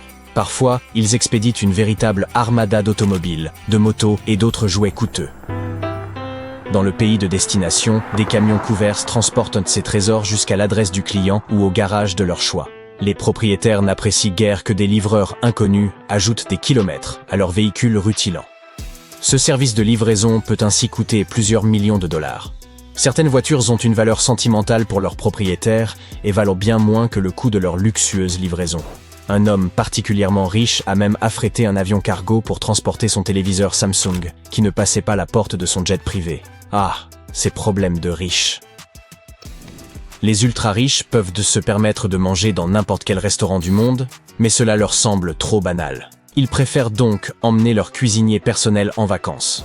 Ces professionnels connaissent les régimes alimentaires et les objectifs de santé de leurs clients. Pour ces voyageurs grand luxe, la cohérence et la routine sont trop importantes pour être sacrifiées au profit de restaurants bondés. Et pour les chefs, c'est souvent l'occasion de voyager gratuitement tout en percevant un bon salaire. Parfois, les clients invitent même la famille du chef à l'accompagner, surtout pendant les vacances. Ce travail exigeant peut être très stressant, avec des horaires variés. Les cuisiniers doivent parfois préparer des dîners pour 16 personnes à la dernière minute, ou trouver des ingrédients rares dans des lieux où les magasins sont peu fournis. Et bien sûr, tout ce qu'ils entendent pendant les repas doit rester absolument secret. Chut! Autrefois, il y avait des dinosaures en Mongolie. Aujourd'hui, il y a autant de chevaux que d'habitants, et 10 fois plus de moutons. C'est le pays le plus vide du monde. La capitale a été déplacée 28 fois, et ils ont même leurs propres Jeux olympiques. La Mongolie est située ici, sur le plateau d'Asie centrale, juste au nord de la Chine. C'est le 19e pays du monde par sa superficie, mais il ne compte qu'un peu plus de 3 millions d'habitants. C'est comme si la population de Los Angeles avait un pays entier à elle seule. Si l'on ne compte pas le Groenland, la Mongolie est le pays où la densité de la population est la plus faible. Il n'y a que 2 habitants pour 1,3 km/h, contre 37 pour les États-Unis. Enfin, si l'on ne compte que les humains. La Mongolie possède beaucoup de bétail, environ 67 millions de têtes, soit 20 fois plus que le nombre d'habitants. La moitié de ces animaux sont des moutons. Pourtant, de tous les animaux du pays, le plus prestigieux est le cheval. Un dicton traditionnel dit « Un Mongol sans cheval est comme un oiseau sans ailes », et ça explique beaucoup de choses. Une personne qui possède de nombreux chevaux est considérée comme riche. Mais n'allez pas imaginer d'immenses fermes avec de grandes écuries remplies d'étalons. En Mongolie, posséder des écuries est assez exceptionnel. Les chevaux vivent en plein air tout au long de l'année. L'entretien d'un cheval ne coûte pratiquement rien, car les chevaux vivent en liberté et trouvent de même leur nourriture eux-mêmes. La nature du pays leur en fournit suffisamment. Les hivers sont rudes, car tout est recouvert de neige. Mais les chevaux savent distinguer l'herbe de la neige. Ils sont affaiblis une fois le printemps venu, en raison du manque de nourriture. Mais ils se rétablissent très vite après la fin de l'hiver. Une famille peut avoir un cheval sacré dans son troupeau. Il porte une écharpe bleue autour du cou et n'est presque jamais monté. Les habitants aiment leurs chevaux, et cette affection particulière remonte à plusieurs siècles. Il existe de nombreuses chansons, histoires, mythes et œuvres d'art mettant en scène des chevaux. Dans la langue mongole, il existe environ 500 mots pour décrire leurs caractéristiques, et plus de 200 mots pour décrire la couleur et le dessin de leurs robes. Les chevaux ont également une signification spirituelle. On pense que leurs esprits peuvent aider leurs propriétaires, et qu'ils les emmèneront un jour au paradis, ce qui explique qu'ils soient bien souvent sacrifiés après un décès dans une famille. Outre les animaux domestiques, le pays abrite des espèces menacées. Et puis, il y a longtemps, les dinosaures parcouraient le pays. C'est là qu'a été découvert le premier œuf de dinosaure. Aujourd'hui, les dinosaures ont bien sûr disparu, mais il y a des panthères des neiges en Mongolie, et elles sont également rares. Si vous vous rendez un jour dans ce pays, soyez prudents. Ces félins sont si silencieux que vous ne les entendrez pas s'approcher de vous. Ils ne font aucun bruit en marchant. Mais revenons à la géographie. Le climat de la Mongolie peut être rude et imprévisible. En une seule journée, la température peut varier de 18 degrés Celsius. Le pays n'a pas accès à de grandes étendues d'eau, c'est pourquoi il est très sec et qu'il n'y pleut que rarement. Au sud de la Mongolie se trouve une partie de l'un des déserts les plus froids de la planète, le désert de Gobi. 5% du désert seulement est recouvert de sable, le reste n'étant que roches brutes. On y trouve des rivières, de petits lacs et des prairies, mais aussi de l'or, du charbon et du cuivre. Ce n'est donc pas un désert très typique.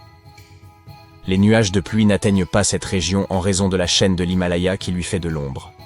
Et le désert s'étend chaque année, à cause du changement climatique bien sûr, mais aussi à cause de la déforestation et des changements dans l'utilisation des terres. Tout le pays est donc assez sec, avec peu de précipitations, et c'est pourquoi les habitants n'ont pas peur du désert. Oui, le désert est peuplé. Il y a des gens qui y vivent. Ce sont des nomades qui s'occupent de l'élevage du bétail. Les nomades sont des personnes qui n'ont pas de domicile fixe. Ils voyagent avec leurs animaux d'un endroit à l'autre en suivant les saisons.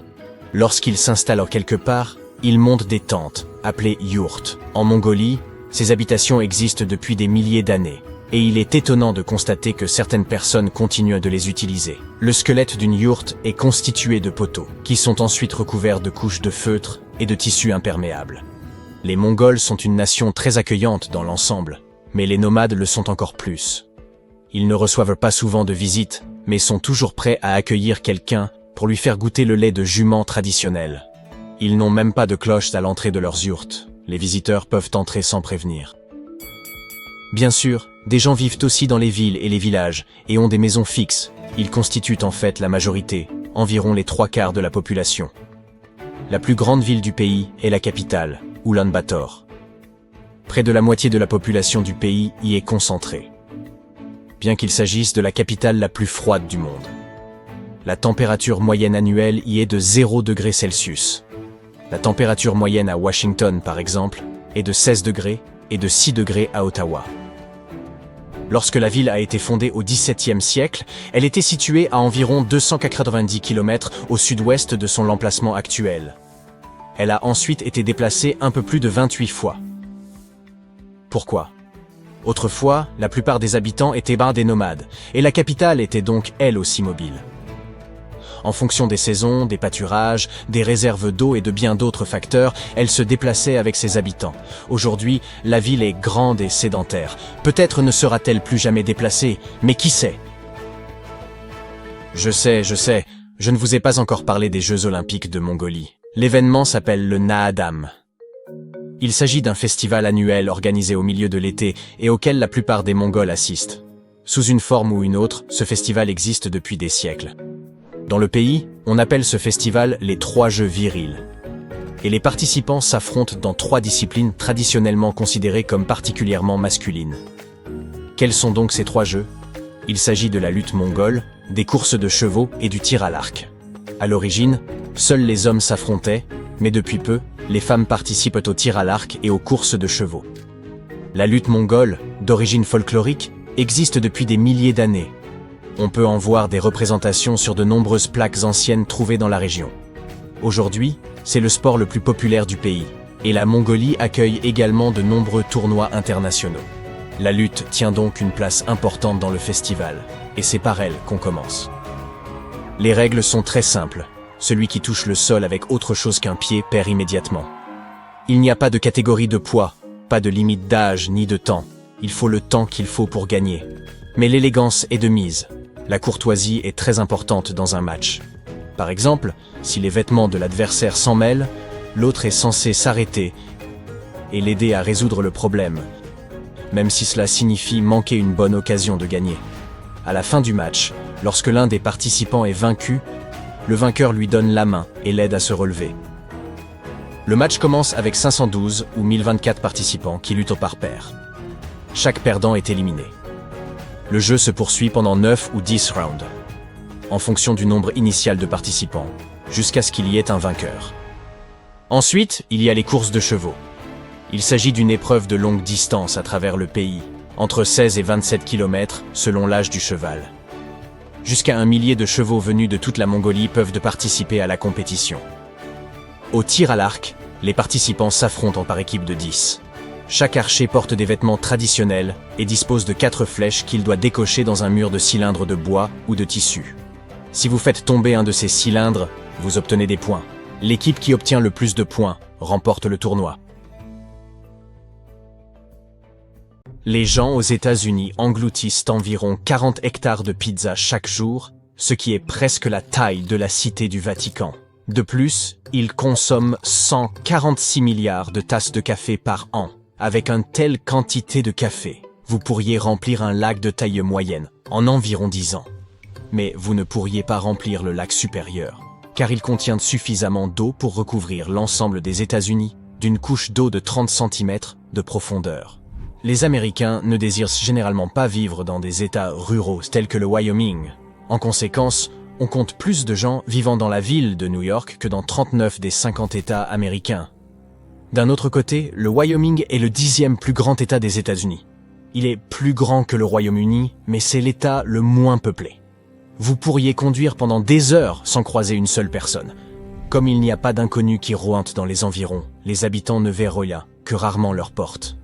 De plus, l'État tout entier n'a que 2 escalators.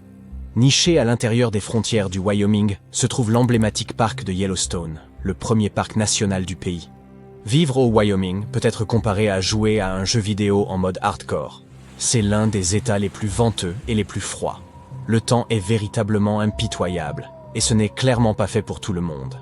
Il y a bien sûr des avantages à vivre au Wyoming, comme un séjour abordable et une pléthore d'activités de plein air. L'État compte une population de 576 000 habitants. Ce nombre pourrait tenir dans une petite ville. Mais tout ce que vous appréciez dans la nature peut être trouvé ici. Et c'est pourquoi les gens choisissent cet État. Le Vermont est l'État le plus boueux des États-Unis. Il a même son propre monstre du Loch Ness. Au XVIIe siècle, le cartographe français Samuel de Champlain a rapporté avoir aperçu un monstre de 6 mètres de long dans le lac qui porte son nom, lequel était aussi épais qu'un tonneau et avait une tête semblable à celle d'un cheval. Depuis lors, de nombreuses autres personnes ont prétendu avoir vu cette créature. Le Vermont est un charmant État, foisonnant de beauté naturelle. C'est l'endroit parfait où tenir une ferme. Il a une population d'un peu plus d'un demi-million. Il y a donc plus de gens dans quelques pâtés de maisons new-yorkais qu'il n'y en a dans tout le Vermont. C'est essentiellement un État rural, guère idéal pour y ériger de grandes villes. Mais si vous aimez les granges et le sirop d'érable, alors le Vermont est un petit paradis pour vous. Il a ainsi produit plus de 7 millions de litres de sirop d'érable en 2003. Le Vermont est également très froid, de sorte que les gens y ont inventé le golf sur neige. Ils peignent les balles de golf en rouge et jouent en hiver sur une neige dure et glacée. Parlons de l'État le plus grand d'Amérique, l'Alaska, la dernière frontière. Cet État est si grand qu'il pourrait contenir 19 autres États. Mais en ce qui concerne sa population, l'Alaska pourrait faire mieux. Il jouit d'une beauté naturelle stupéfiante, comme d'immenses lacs et forêts. En même temps, on y trouve une faune abondante, ce qui n'est pas toujours de tout repos. Imaginez-vous assis dans votre jardin pour recevoir la visite d'un grizzly ou d'un loup. Une partie du problème c'est que les villes sont trop éloignées les unes des autres. Il faut au moins 6 heures de route pour passer d'une ville à une autre. Néanmoins, si vous aimez la nature, l'Alaska est l'endroit idéal pour vous. De plus, vous êtes payé pour y vivre. Mais il y a un problème. Comme nous le savons tous, l'Alaska n'est pas connecté au reste des États-Unis. Par conséquent, la plupart des biens doivent parcourir une longue distance, ce qui signifie que tout y est assez cher. Et l'une des principales raisons pour lesquelles les gens n'aiment pas y vivre, c'est qu'il y fait extrêmement froid. Il faut pelleter des tonnes de neige juste pour pouvoir sortir et accomplir des tâches simples. Environ 700 000 personnes vivent en Alaska durant l'année. Et si vous leur demandez, ils vous diront probablement qu'ils aimaient y vivre parce qu'il n'y a pas beaucoup de monde alentour. Quand on pense au Dakota du Sud, la première chose qui peut nous venir à l'esprit est le mont Rushmore. Et c'est à peu près tout. Cet État a une population d'un peu moins d'1 million et est pratiquement désert. Il a un climat rude et il est assez éloigné de tout.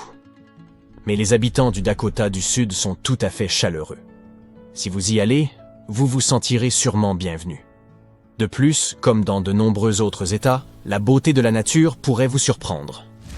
Le Dakota du Nord est similaire à son homologue du Sud, mais un peu plus malchanceux que ce dernier. Cet État connaît des hivers difficiles, des étés chauds et humides, et n'a pas de très grandes villes. Et comme si cela ne suffisait pas, il subit aussi beaucoup d'inondations.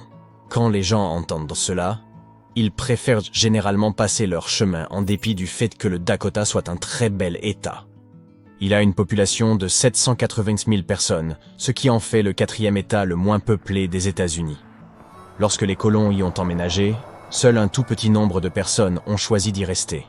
Beaucoup ont émigré au Canada où les terres agricoles étaient plus fécondes, en raison d'un meilleur climat et d'un sol plus fertile. Le Dakota du Nord offre des avantages uniques tels qu'un bas coût de la vie et de faibles taux de chômage. Et si vous êtes un amoureux de la nature, vous ne serez pas déçu. Il dispose de 13 parcs régionaux et de 3 parcs nationaux, tous dotés de paysages fantastiques. Le Delaware, est un petit État avec une population encore plus réduite. La plus grande ville du Delaware est Wilmington, qui compte une population de 70 500 personnes. Quant à l'État dans son ensemble, il compte environ 1 031 890 personnes. Il abrite également le siège de 2 millions de compagnies, mais pas de grandes villes. Vous pouvez vous demander pourquoi? Eh bien, on ne paie pas d'impôts sur le revenu là-bas. Et ces sociétés ne sont basées dans le Delaware qu'en apparence, ce qui signifie que les habitants de l'État ne profitent de guère de cette évasion fiscale. L'État est sujet aux tempêtes. Philadelphie, qui est proche du Delaware, connaît moins de tempêtes et est plus proche des grandes villes, de sorte que les entreprises déménagent le plus souvent là-bas. La plupart des gens qui vivent dans le Delaware sont des retraités, ils n'ont pas besoin de travailler, mais apprécient les plages fantastiques qu'offre cet État. Howdy, cowboy! Nous partons pour une balade à cheval vers l'État le plus majestueux, grouillant de vie sauvage, et qui abrite l'un des plus beaux parcs nationaux, celui de Glacier. Bien entendu, nous parlons du Montana. Cet État compte un peu plus d'1 million d'habitants et est plus grand que le Japon en superficie. Mais le Japon a environ 111 fois plus d'habitants que le Montana. Pourquoi? Eh bien, la plupart des gens n'ont pas envie d'être cow-boys. En général, ils ont tendance à préférer vivre dans de grandes villes, ce que n'offre pas le Montana. De plus, cet État a des hivers rigoureux et les maisons y coûtent cher. Et les gens n'aiment pas avoir froid. C'est pourquoi la Floride a autant d'habitants. Rhode Island a une population d'un peu plus d'1 million, ce qui en fait le 8e plus petit État des États-Unis. C'est un petit État côtier et plat, de sorte que si vous montiez sur une chaise, vous pourriez le voir de bout en bout. Je plaisante, ce n'est pas si simple. En termes de territoire, c'est l'État le plus petit des États-Unis, mais il est densément peuplé. D'un autre côté, les habitants de cet État le désertent peu à peu, car le coût de la vie y est élevé. Ils préfèrent donc aller ailleurs, là où la vie est moins chère. Mettons que vous soyez au Canada. Dans ce cas, si étiez accidentellement téléporté dans le Maine, vous ne le remarqueriez même pas parce que le paysage serait pratiquement le même. Le Maine a de beaux lacs, de belles montagnes, des forêts de pins denses et beaucoup d'élan. Si vous en voyez un, éloignez-vous vite. Le Maine est vraiment un État magnifique. Mais il a une petite population d'environ 1 362 000 personnes. Le Maine connaît des hivers terribles, donc presque tout le monde vit près de la côte, beaucoup aussi loin au sud que possible, pour échapper aux tempêtes de neige déchaînées qui sont ici courantes. C'est pour cela que 99% du Maine est couvert de forêts. C'est une des raisons pour lesquelles il n'y a pas beaucoup d'industrie par ici. Portland est la plus grande et la plus belle ville de cet État. Mais seulement environ 38% de la population vit dans les villes. La plupart des habitants du Maine sont d'avides amateurs de la vie au grand air. La prochaine fois que vous explorerez le monde via Google Maps, je vous invite à découvrir un lac en Finlande dont la forme évoque celle du pays lui-même. Situé au nord du territoire, ce lac a été modifié par l'homme pour en faire une réplique fidèle à l'échelle 1/10 millième. C'est durant les années 80, alors que le tourisme arctique et le ski au-delà du cercle polaire connaissaient un véritable essor, que cette initiative est née. Une entreprise locale a entrepris de bâtir un hôtel ainsi que plusieurs chalets de vacances dans la région. L'étang, façonné pour ressembler à la Finlande, visait à attirer davantage de touristes. En l'espace d'une semaine, grâce à 2 excavatrices, un ruban à mesurer et quelques piquets, ils ont accompli ce projet avec une remarquable efficacité. Si vous redoutez les longs trajets en ascenseur, faites un détour par Hanovre, en Allemagne. L'un des ascenseurs extérieurs de la ville ne parcourt que quelques centimètres, rendant l'expérience aussi brève qu'amusante. Devenu une véritable vedette des réseaux sociaux grâce aux vidéos postées par des touristes, il est probable que vous deviez patienter pour profiter de cette montée express. Quant à son utilité, cet ascenseur est installé dans la gare de Hanovre. Lorsqu'on voyage avec des bagages lourds ou que l'on dispose d'une mobilité réduite, chaque centimètre parcouru compte, faisant de cet ascenseur un moyen pratique de se déplacer au sein de la gare. Pour les amateurs d'ours en gélatine, sachez que votre friandise préférée contient assez d'énergie pour provoquer un véritable spectacle pyrotechnique. En effet, si vous déposez un ours en gélatine dans un tube d'ignition contenant une petite quantité de chlorate de potassium ou de sodium fondu, Il s'évaporera en une boule de feu spectaculaire accompagnée d'un impressionnant nuage de fumée. Le chlorate de potassium commence d'abord par fondre, puis il se décompose et libère de l'oxygène. Le sucre contenu dans l'ourson en gélatine s'embrase rapidement, se transformant en dioxyde de carbone et en eau, ce qui dégage une quantité considérable d'énergie. Une fois le tout refroidi, vous pouvez observer les résidus. La substance noire est du carbone non brûlé, le solide blanc est du chlorure de potassium, et la matière de couleur caramel correspond à du sucre partiellement brûlé. Notre oreille externe ne comporte que 6 muscles, tandis que celle des chats en compte un impressionnant nombre de 32. Cette particularité leur permet de faire pivoter leurs oreilles à 180 degrés et de les utiliser pour exprimer leur humeur. Si les oreilles sont droites et orientées vers l'avant, votre chat est content. Si elles sont tournées sur les côtés, comme les ailes d'un avion, ou inclinées vers l'arrière, cela indique que votre chat est stressé ou apeuré. Des oreilles abaissées ou orientées sur les côtés peuvent signaler une maladie. Il est donc important d'y prêter attention. Un chien errant au Brésil a trouvé un emploi en tant que consultant automobile dans une concession Hyundai. Le directeur de l'établissement a remarqué ce chiot errant à proximité de la concession et a commencé à lui offrir de l'eau et de la nourriture. Les autres membres du personnel sont également tombés sous le charme du chien et ils ont finalement décidé de l'adopter. Ce dernier, désormais baptisé Tucson en hommage au populaire SUV compact de Hyundai, a trouvé un foyer et un travail. Ses tâches incluent le port d'une cravate, la prise en main du volant et le charme des clients. Comme on peut le constater sur les réseaux sociaux de l'entreprise, Tucson excelle dans toutes ses tâches. Au Mexique, on aime relever les mangues et les agrumes avec du sel et du piment en poudre. Aux Philippines, vous pouvez goûter une mangue à l'arôme de crevettes, tandis que dans le sud des États-Unis, on déguste la pastèque salée. Lorsque vous savourez un fruit sucré saupoudré de sel, la saveur salée se manifeste dès la première bouchée, suivie par la douceur du fruit qui apparaît ensuite. Et lorsque vous atteignez ce moment, le fruit semble toujours aussi exquis et juteux. Cela s'explique probablement par le fait que le sel influence le récepteur gustatif du sucré, créant ainsi une véritable magie au niveau moléculaire. Vous pouvez essayer d'ajouter du sel à n'importe quel fruit de votre choix, mais l'effet variera. Le sel peut intensifier la douceur de fruits tels que les cerises et les fraises, tout en équilibrant la saveur de fruits comme le pamplemousse, l'ananas et la pastèque. En 1956, bien avant l'avènement des premières applications de rencontres ou des applications tout court, un marin suédois nommé Ake Viking a décidé de confier à la mer le soin de lui trouver une âme sœur. Il a glissé un court message à quelqu'un de beau et de lointain dans une bouteille qu'il a ensuite laissé voguer à travers le monde. 2 ans plus tard, il a reçu une réponse d'une jeune Sicilienne nommée Paolina. Elle lui écrivait qu'elle ne se trouvait pas vraiment belle, mais qu'elle trouvait extraordinaire que la bouteille ait parcouru une telle distance, et c'est pour cette raison qu'elle avait voulu en informer l'expéditeur. Ils ont entamé une correspondance et, quelque temps après, Ake Viking a déménagé en Sicile pour épouser sa bien-aimée Paolina. Le motif unique de vos empreintes digitales vous accompagne tout au long de votre vie. Même si vous endommagez vos empreintes ou développez une affection cutanée susceptible de les altérer, elles repousseront en l'espace d'1 mois. En vieillissant, la peau de vos doigts devient moins élastique et les crêtes de vos empreintes s'épaississent. Mais le motif demeure inchangé, bien qu'il devienne plus difficile à scanner. Cependant, si vous êtes maçon ou que vous manipulez certains produits chimiques, vous pourriez perdre quelques détails de ce motif naturel. Rassurez-vous, vos empreintes reviendront à la normale une fois ces activités arrêtées. Sauf peut-être si vous êtes bouché. Si vous croyez encore à la règle des 5 secondes, j'ai une mauvaise nouvelle pour vous. Dès que la nourriture touche le sol, elle devient un véritable aimant à bactéries.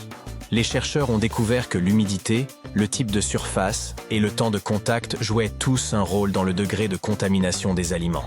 Les aliments à forte teneur en eau, comme une pastèque juteuse, sont plus rapidement contaminés. Dans une autre étude, des chercheurs ont prélevé des échantillons sur les sols de l'Université de l'Illinois, dans des laboratoires, des halls, des dortoirs et des cafétérias, pour déterminer combien de micro-organismes s'y trouvaient. Même sur des surfaces sèches et stériles, des germes ont migré en moins de 5 secondes vers des biscuits et des bonbons en gélatine. Pour certains aliments, il a suffi de moins d'1 seconde pour que ce transfert commence. La première poupée Barbie a été conçue en 1959, mais son arrière-arrière-arrière-grand-mère date de la Rome antique. Lors de travaux de construction à Rome au XIXe siècle, des archéologues ont découvert d'incroyables sarcophages. L'un d'eux renfermait, à côté de sa propriétaire, une poupée de 23 cm de long. La tête et le corps de la poupée étaient sculptés dans un seul morceau d'ivoire. Ses bras et ses jambes étaient séparés et reliés par un ingénieux mécanisme à base de clous, leur permettant ainsi de bouger. Le visage était si minutieusement détaillé qu'il ressemblait à un minuscule portrait. La poupée portait même une bague en or, sertie d'une clé, et possédait une petite boîte en ivoire remplie de bijoux, de minuscules miroirs, de peignes en os et de divers accessoires. Cependant, Ken restait introuvable. Si vous êtes en quête d'un nouvel emploi et que vous aimez faire des câlins, vous pourriez être en veine. Aussi surprenant que cela puisse paraître, le métier de câlineur professionnel existe bel et bien. Plusieurs entreprises proposent des services de câlinothérapie et recherchent du personnel prêt à offrir des étreintes, à écouter et à soutenir les personnes qui en ont vraiment besoin. Bien sûr, tout le monde peut donner des câlins, mais pour en faire une profession rémunératrice, il faut suivre une formation en câlinothérapie professionnelle. Il vous faudra apprendre à établir des limites avec vos futurs clients sans heurter leur sensibilité et à prendre soin des autres sur le plan mental sans trop dévoiler votre propre personnalité. Le célèbre scientifique Nikola Tesla prévoyait déjà en 1900 que le monde entier serait sans fil. Il affirmait que des appareils pas plus grands qu'une montre seraient capables de transmettre des signaux avec précision. À l'époque, c'était une idée révolutionnaire qu'il avait eue en menant des expériences dans l'un de ses laboratoires. Tesla était tellement convaincu du succès de son idée qu'il réussit à persuader le célèbre banquier JP Morgan d'investir dans son projet. Le système mondial sans fil devait inclure une tour en forme de champignon sur les rives de Long Island, capable de transmettre des messages, des appels téléphoniques et des images aux navires traversant l'Atlantique. Malheureusement, en raison de problèmes financiers, la tour ne fut jamais achevée. Eh bien, on peut dire que les choses se sont finalement arrangées, n'est-ce pas ?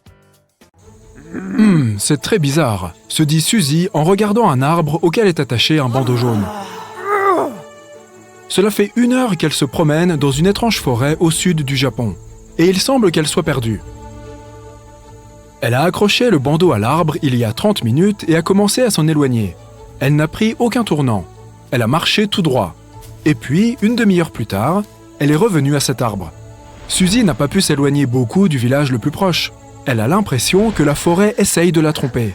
Les arbres se déplacent pour la retenir prisonnière de cet endroit. Tout cela ressemble à un film d'horreur. La nuit venue, un mystérieux monstre invisible va sans doute apparaître et accrocher aux branches des totems flippants faits de petits bâtons. N'importe qui aurait paniqué et commencé à crier à l'aide. Mais pas Suzy. Elle sourit face à n'importe quel danger. D'ailleurs, son téléphone et Internet fonctionnent, alors tout va bien. Elle fait quelques pas sur le côté et attache un bandeau bleu à un autre cèdre. Puis, elle commence à marcher sur un chemin étroit, s'éloignant de plus en plus de l'arbre marqué. Elle remarque quelque chose. Le chemin a une forme légèrement incurvée. Suzy commence à courir droit devant elle et revient à l'arbre marqué 10 minutes plus tard. Pendant tout ce temps, elle n'a fait que marcher en cercle. Suzy s'éloigne vers un autre arbre et remarque un autre chemin incurvé. Elle prend son téléphone, ouvre une carte en ligne et repère son emplacement grâce à des photos satellites. C'est incroyable. Les arbres à cet endroit poussent en formant des cercles concentriques. Il y a plusieurs rangées ici. Cela ressemble à de mystérieux motifs circulaires que quelqu'un aurait laissés sur des champs dans le monde entier. Choquée, Suzy se filme avec son téléphone pour informer ses abonnés qu'elle a trouvé une étrange anomalie naturelle. Pendant qu'elle filme, elle entend quelqu'un rire. C'est un homme qui se tient à côté d'elle. Il trouve drôle qu'elle parle si sérieusement de cette forêt. Il lui dit qu'il n'y a rien d'inhabituel ici. C'est à cause des gens que les arbres poussent en rond. En 1973, ils ont planté exprès des cèdres de cette manière et ont créé 10 cercles concentriques verts. Ils ont fait cela à titre d'expérience, pour découvrir comment les arbres pousseraient dans de telles conditions. On appelle ça la foresterie expérimentale. Les arbres ont commencé à pousser en forme convexe en se déployant symétriquement. Cela a prouvé que la taille des espaces entre les arbres affecte leur croissance. Au départ, ils ont dû couper les arbres conformément au plan. Mais l'endroit est devenu populaire auprès des touristes et des habitants qui aiment prendre de belles photos à l'aide de drones et se promener dans les chemins incurvés de ce petit labyrinthe. Suzy est un peu contrariée. Elle informe ses abonnés qu'il n'y a rien de mystérieux ici. Le type qui lui a parlé des cercles lui propose de visiter la mystérieuse forêt tordue en Pologne. Là, elle verra certainement un phénomène étrange. Mais avant d'y aller, elle décide d'aller voir un autre endroit passionnant du Japon. Elle arrive dans le village de pêcheurs d'Aoshima. Les premiers habitants que Suzy rencontre ici sont des chats. Ils sont partout et plus nombreux que les humains. Ils vivent ici grâce à l'abondance de poissons. Autrefois, cet endroit était infesté de rats, qui abîmaient les bateaux de pêche. Les gens ont fait venir des chats pour combattre les rongeurs. Après que tous les rats aient disparu, les chats sont restés. Depuis, les gens les considèrent comme des citoyens à part entière. La vidéo avec les chats est celle qui récolte le plus de likes sur la chaîne de Suzy. Mais maintenant, comme elle l'a promis, il est temps d'aller en Pologne. La forêt a l'air bizarre à cause de ces arbres tordus. Les parties inférieures de leur tronc sont courbées, ce qui leur donne l'air de ventre. Un fait tout aussi étrange est qu'ils pointent tous vers le nord. Suzy fait le tour de la forêt et compte environ 400 arbres. Il semble que les gens aient altéré leur forme, mais à ce jour, il n'y a aucune preuve de cela. On pense que les arbres ont été plantés dans les années 30 et qu'ils ont été endommagés pendant leur croissance à un âge précoce. Personne ne sait dire pourquoi. Il y avait un petit village près de la forêt. Ses habitants connaissaient probablement le secret, mais malheureusement, le village a été détruit il y a plus de 70 ans. La clé du mystère a disparu avec lui. Bien sûr, les scientifiques avaient des hypothèses, mais elles ont toutes été rapidement réfutées. Peut-être que cette forme incurvée a été causée par une anomalie génétique. Il existe des arbres avec des troncs similaires dans d'autres forêts de la planète. Mais ici, les courbes semblent trop parfaites et soignées. C'est comme si un artiste avait façonné ces troncs. Cela suggère qu'un élément de l'environnement les a affectés. On peut trouver des arbres similaires partout dans le monde, mais la plupart du temps, ce sont des solitaires et ils ne poussent jamais en si grande troupe. Peut-être que la neige tombe sur leur cime chaque hiver, et que les troncs plient sous son poids. Mais alors, pourquoi seule la partie inférieure se déforme-t-elle? Et pourquoi les autres arbres de la forêt ont-ils l'air normaux? De plus, il n'y a pas d'explication sur la raison pour laquelle ces arbres pointent vers le nord. Cela remplit-il une fonction quelconque? La théorie la plus plausible affirme que les agriculteurs locaux ont influé sur la forme des arbres afin de créer des meubles et certains éléments pour la fabrication des bateaux. Il est rapide et facile de fabriquer un panier à partir d'un tel arbre, par exemple. D'ailleurs, manipuler la croissance des arbres était une pratique courante chez certaines tribus anciennes d'Amérique. Ils déformaient les troncs pour communiquer et se repérer à travers les forêts. Tout cela est intéressant, mais maintenant, Suzy veut voir quelque chose d'effrayant. L'un de ses abonnés lui conseille de visiter une forêt d'épouvante. Cet endroit est situé sur une île, à 27 km au sud du centre de Mexico. Suzy arrive sur un petit bateau. Dès qu'elle met pied à terre, elle se met en direct sur son téléphone. Elle filme des poupées accrochées à des arbres partout sur l'île. Elles ont des vêtements, des tailles et des visages différents. Il y a environ une douzaine de poupées effrayantes sur chaque arbre. La pluie et le soleil ont déformé leurs visages. Elles sont recouvertes de mousse et de verdure et ont pris des formes sinistres. Il y a des rumeurs selon lesquelles elles prennent vie la nuit. Tu veux vérifier? Écrit l'un des abonnés. Pas de problème, Suzy est d'accord. Le soleil descend sous l'horizon et l'obscurité tombe sur la forêt. Suzy se promène parmi les arbres. La lune éclaire son chemin. Elle fait un feu pour se réchauffer. À ce moment-là, elle entend un bruit étrange. Elle remarque quelques mouvements du coin de l'œil. Son téléphone s'éteint. Suzy lève les yeux et voit qu'une des poupées, éclairée par les flammes, tourne la tête dans sa direction. Suzy crie et s'enfuit de cet endroit en courant. Bien sûr, la poupée n'a pas bougé. On peut remarquer la présence d'un petit oiseau assis derrière la tête du jouet. Quelques jours plus tard, Suzy a découvert qu'un habitant de Mexico s'était installé sur l'île dans les années 50 et l'avait remplie de poupées. Il les a récupérées dans les décharges et les canaux autour de l'île. Il a passé plusieurs années à décorer chaque arbre. Au début, cela avait l'air étrange et excitant pour les touristes. Puis, comme les poupées ont commencé à vieillir et à moisir sur place, cet endroit est devenu encore plus intrigant. Il existe plusieurs légendes sur les raisons de son obsession. Bon, Suzy en a assez de ces mystères et de ces endroits glauques. Maintenant, elle veut admirer quelque chose de majestueux qui a été créé par la nature. Elle arrive dans le parc national de Sequoia en Californie, où poussent les plus grands arbres du monde. Bouche bée, elle admire l'arbre le plus massif qui soit, un séquoia géant. Il s'appelle General Sherman, et il a environ 2000 ans. Le volume de cet arbre fait presque la moitié de celui d'une piscine olympique. Mais malgré son âge, ce n'est pas le plus vieux. Certains séquoias du parc sont apparus il y a 3000 ans. Et l'arbre le plus haut du monde pousse ici, en Californie. Il s'appelle Hyperion, et sa hauteur atteint 115 mètres. Cela représente un tiers de la hauteur de la Tour Eiffel. Imagine la vue que l'on doit avoir du haut de cet arbre. Maintenant, Suzy est sur l'île de Madagascar. Elle va voir les fameux baobabs. On dirait que quelque chose les a arrachés du sol, les a retournés et les a replantés à l'envers. Les baobabs font partie des plus beaux arbres du monde. La plupart d'entre eux se trouvent ici, dans l'allée des baobabs, mais tu peux aussi les trouver en Australie et en Afrique du Sud. Leurs troncs sont semblables à des éponges. Ils se dilatent et absorbent l'humidité pendant la saison des pluies. Les éléphants aiment la boire, ils arrachent et mâchent les parties du tronc pour étancher leur soif. La nuit, des fleurs éclosent sur les baobabs. Elles sentent le lait tourner et attirent les chauves-souris. Mais la chose la plus intéressante est que le baobab ne se dessèche pas et ne tombe pas comme les autres arbres après la fin de sa vie. Il s'effrite, se tasse et laisse un tas de morceaux sur le sol.